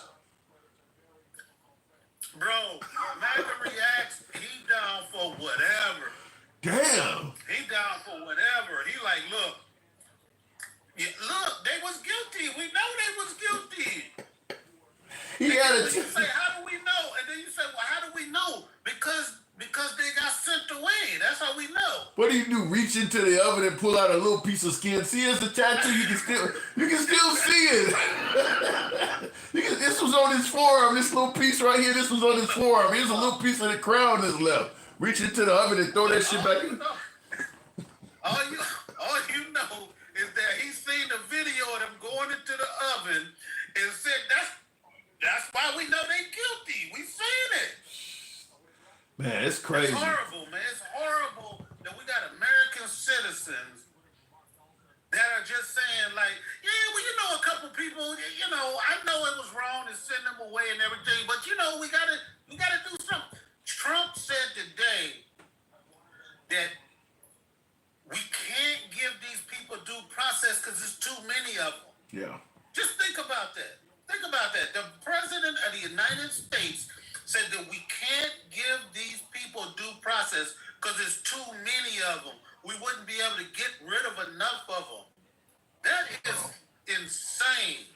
I mean, the obvious issue is if all of a sudden he starts going after Americans, if people are willing to accept there's too many, quantity as a reason to not give people due process, that could pop. I mean, let's say, for instance, there's Black Lives Matter riots all over the country, and you go around and round them all up and accuse them all of setting fires and burning and looting cities. Even people who might have just been out there walking, you just grab it. Well, it's too many of them to give them due process.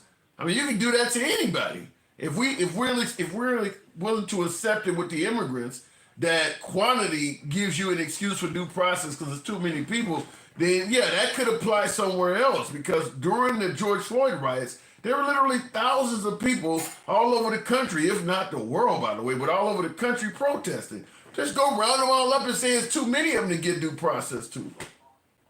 Yeah, I mean, when you have a situation where, everybody agrees that it took them too long, but when Biden said, okay, well, let's do this thing, well, we get more judges, we get more people to process these people, it's unacceptable because he's actually trying to do what's right and say, okay, let's process them faster. Yeah. When somebody says we're incapable as the most powerful, as the richest country in the world to give people due process, we have admitted that we're incapable of doing what's right by our people. Mm. Before I let you go in the comments, BBN says we don't owe them due process. The Constitution is for Americans, period. Now they haven't read the Constitution if that's what they think. They don't know what the Constitution says. It has nothing. It doesn't say anything about you have to be American. It doesn't say anything about your status. It says if you are in this country, you get due process, no matter who you are. That's what the Constitution says. Yeah. All right, then, Kel. That's the way I have always known it as well. But they seem to have a difference of opinion. But thanks for coming through, man. All right, take care. All right, you too. And yeah, I always use the example over and over again that let's say a woman is trying to get in this country illegally. She swims across the Rio Grande, and just when she's climbing up on the banks, she's looking at the boots of a border security person or a member of ICE or something like that. And it's just her and him out there in the desert, and he decides to have his way with her. If she has no rights, he can get away with that then, right? I mean, because that's what we're suggesting, that if they come here, they have no rights. I mean, you just pop them in the head, whatever you want. Some folks are suggesting when they have no rights. I don't believe that. I don't believe that if you come to this country, listen, if you were fighting in World War II and you were downed, if you were a pilot fighting in World War II and you were shot down over enemy territory and they captured you, you actually have rights. Even as an enemy combatant, you have rights. There's things they are not supposed to be able to do to you. So I don't know why we're suggesting that folks who came in the country illegally have no rights. Even folks in wartime that are actively trying to kill the other side when they get captured, they have rights. And by the way, there was a judge that even stated that we gave Nazi combatants better treatment than we're currently giving these immigrants. Told that to the Trump administration a week or two ago, that we actually gave the combatants from Germany better treatment, better due process than we're giving these folks right now. Because we are sending them to a country where we know ahead of time they're going into maximum security prison, and we are literally paying to house them there. So it's hard to suggest we have nothing to do with it. Well, we're just sending them to their home country. We have no control over what they're doing. Well, you know when they get there, they're going straight to prison. You know that, and you're still sending them there. And then you're also paying the country to put them in prison. You're paying the country to run the prison. So the idea that America's not involved in it, America's not culpable, doesn't make any sense. The money we're giving them shows we're culpable. And as I stated, we know ahead of time, before we even put them on the plane, on the other side, once you land, they're putting you in prison. So we already know it. It ain't something they're doing by shock or by surprise. We know it. And even though they did it, we're eager, because the Supreme Court is trying to stop Trump, but we're eager to send more people over there so they can lock them up too. We're eager to do it. They're literally having to force Trump not to do it. He wants to put more of these immigrants in prison.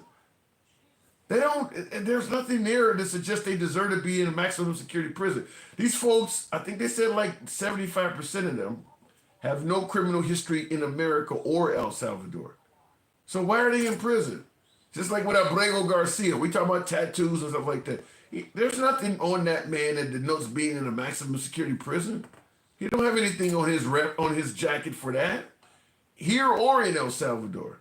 Becoming a terrorist or cartel member should get your citizenship taken, like Shamina, a UK-born Syrian who joined ISIS, now UK. I agree with that, Ed. If you become a member of like ISIS or Al-Qaeda or a terrorist group, yeah, I agree with that. Or a cartel member. I 100% agree that if you're actively involved in a terrorist organization or something like that, you should lose your citizenship, or you should lose your ability to be in America. The problem is once you give a person citizenship, that's different. But if you're if you're over here on a green card, if you're over here on a visitor's visa, yeah, I agree. Running with those groups, you should lose that. But the problem is making terrorists out of groups that are not. Trump has made MS-13 something that they were not before he came along. He's made them into that. What I don't understand is, I mean, look, I know a lot of my MAGA folks are not going to agree with this, but why aren't the white supremacist groups considered terrorist outfits? They show up walking down the street with signs and shit like that. People, they're terrorizing communities too. People getting the hell away from them as well. They have a far longer, more extensive history of committing mayhem than any of these people do. How did they escape it? I mean, especially the folks with the white hoods on, they literally were hanging people. Why? I mean, how did they escape a whole century of not being denoted as a terrorist outfit? That doesn't make sense. MS-13 got moved to the top of the list over them. I think there's some bias in play based on what I'm seeing. There's no way in hell MS-13 should have been over them when they actually have everything from bombing churches with kids in them and all. I mean, they have all of that on their resume. How are they not on the same list? MS-13 cannot go and get a permit and protest at City Hall, but they can wear the white hoods and do it. They can. Some don't seem right about that. When they have a documented history of literally committing acts of mayhem, bombing people's homes and churches and facilities and literally taking lives. And they're not on the list, but MS-13 is. Before I move it on, let me look in the comments here. 100 years removed. That's not true. I don't know what the name is, but it hasn't been 100 years since they've done that stuff. I mean, Martin Luther King has not even been deceased for 100 years. It's been a lot less than 100 years. And also keep in mind, unlike MS-13 with all of the bold tattoos and stuff we're naming, those groups, like the supremacist groups, they do a lot of their stuff in secrecy. If MS-13 members, we're talking about people's knuckles and back tattoos and shit, one thing that's different between them and, let's say, the supremacist groups, they'll admit what they stand for. Some of the folks, like the Triple K folks, who might actually be your local sheriff or your neighborhood attorney or whatever, if you catch them without the mask, they're going to lie about what they belong to. So when you say 100 years removed, it's a lot more of a clandestine outfit than MS-13 is. MS-13 is out in the open. KKK has always kept that shit hidden. They never admit it. So it's a big difference. Big difference. But I don't see how they didn't make it to that same list that MS-13 is on. That doesn't make sense to me. The shit they have done to innocents also. Yeah. All right. Fair enough. Anyway, folks, I do appreciate the 70,000. I didn't solicit as much tonight, but thank you, folks, for tuning in. Rough program, a lot of rough shit happening with these folks, and it's going to keep us polarized because some folks just want them to leave. They don't give a damn if they're being mistreated. They don't give a damn if they don't get due process. They just want them gone. And if throwing them in prison gets them gone, then they're willing to settle for that. And then the other side is far more sympathetic to their cause, maybe a little bit more understanding that all of these folks that have come here and not coming here to commit acts of mayhem.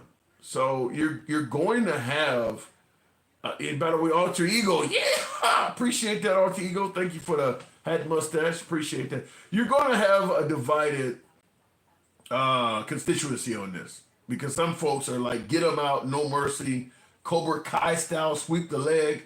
And the other side is, bleeding heart liberals that are very sympathetic, indicating that, look, they came from a third world developing country or whatever the case may be, give them a chance.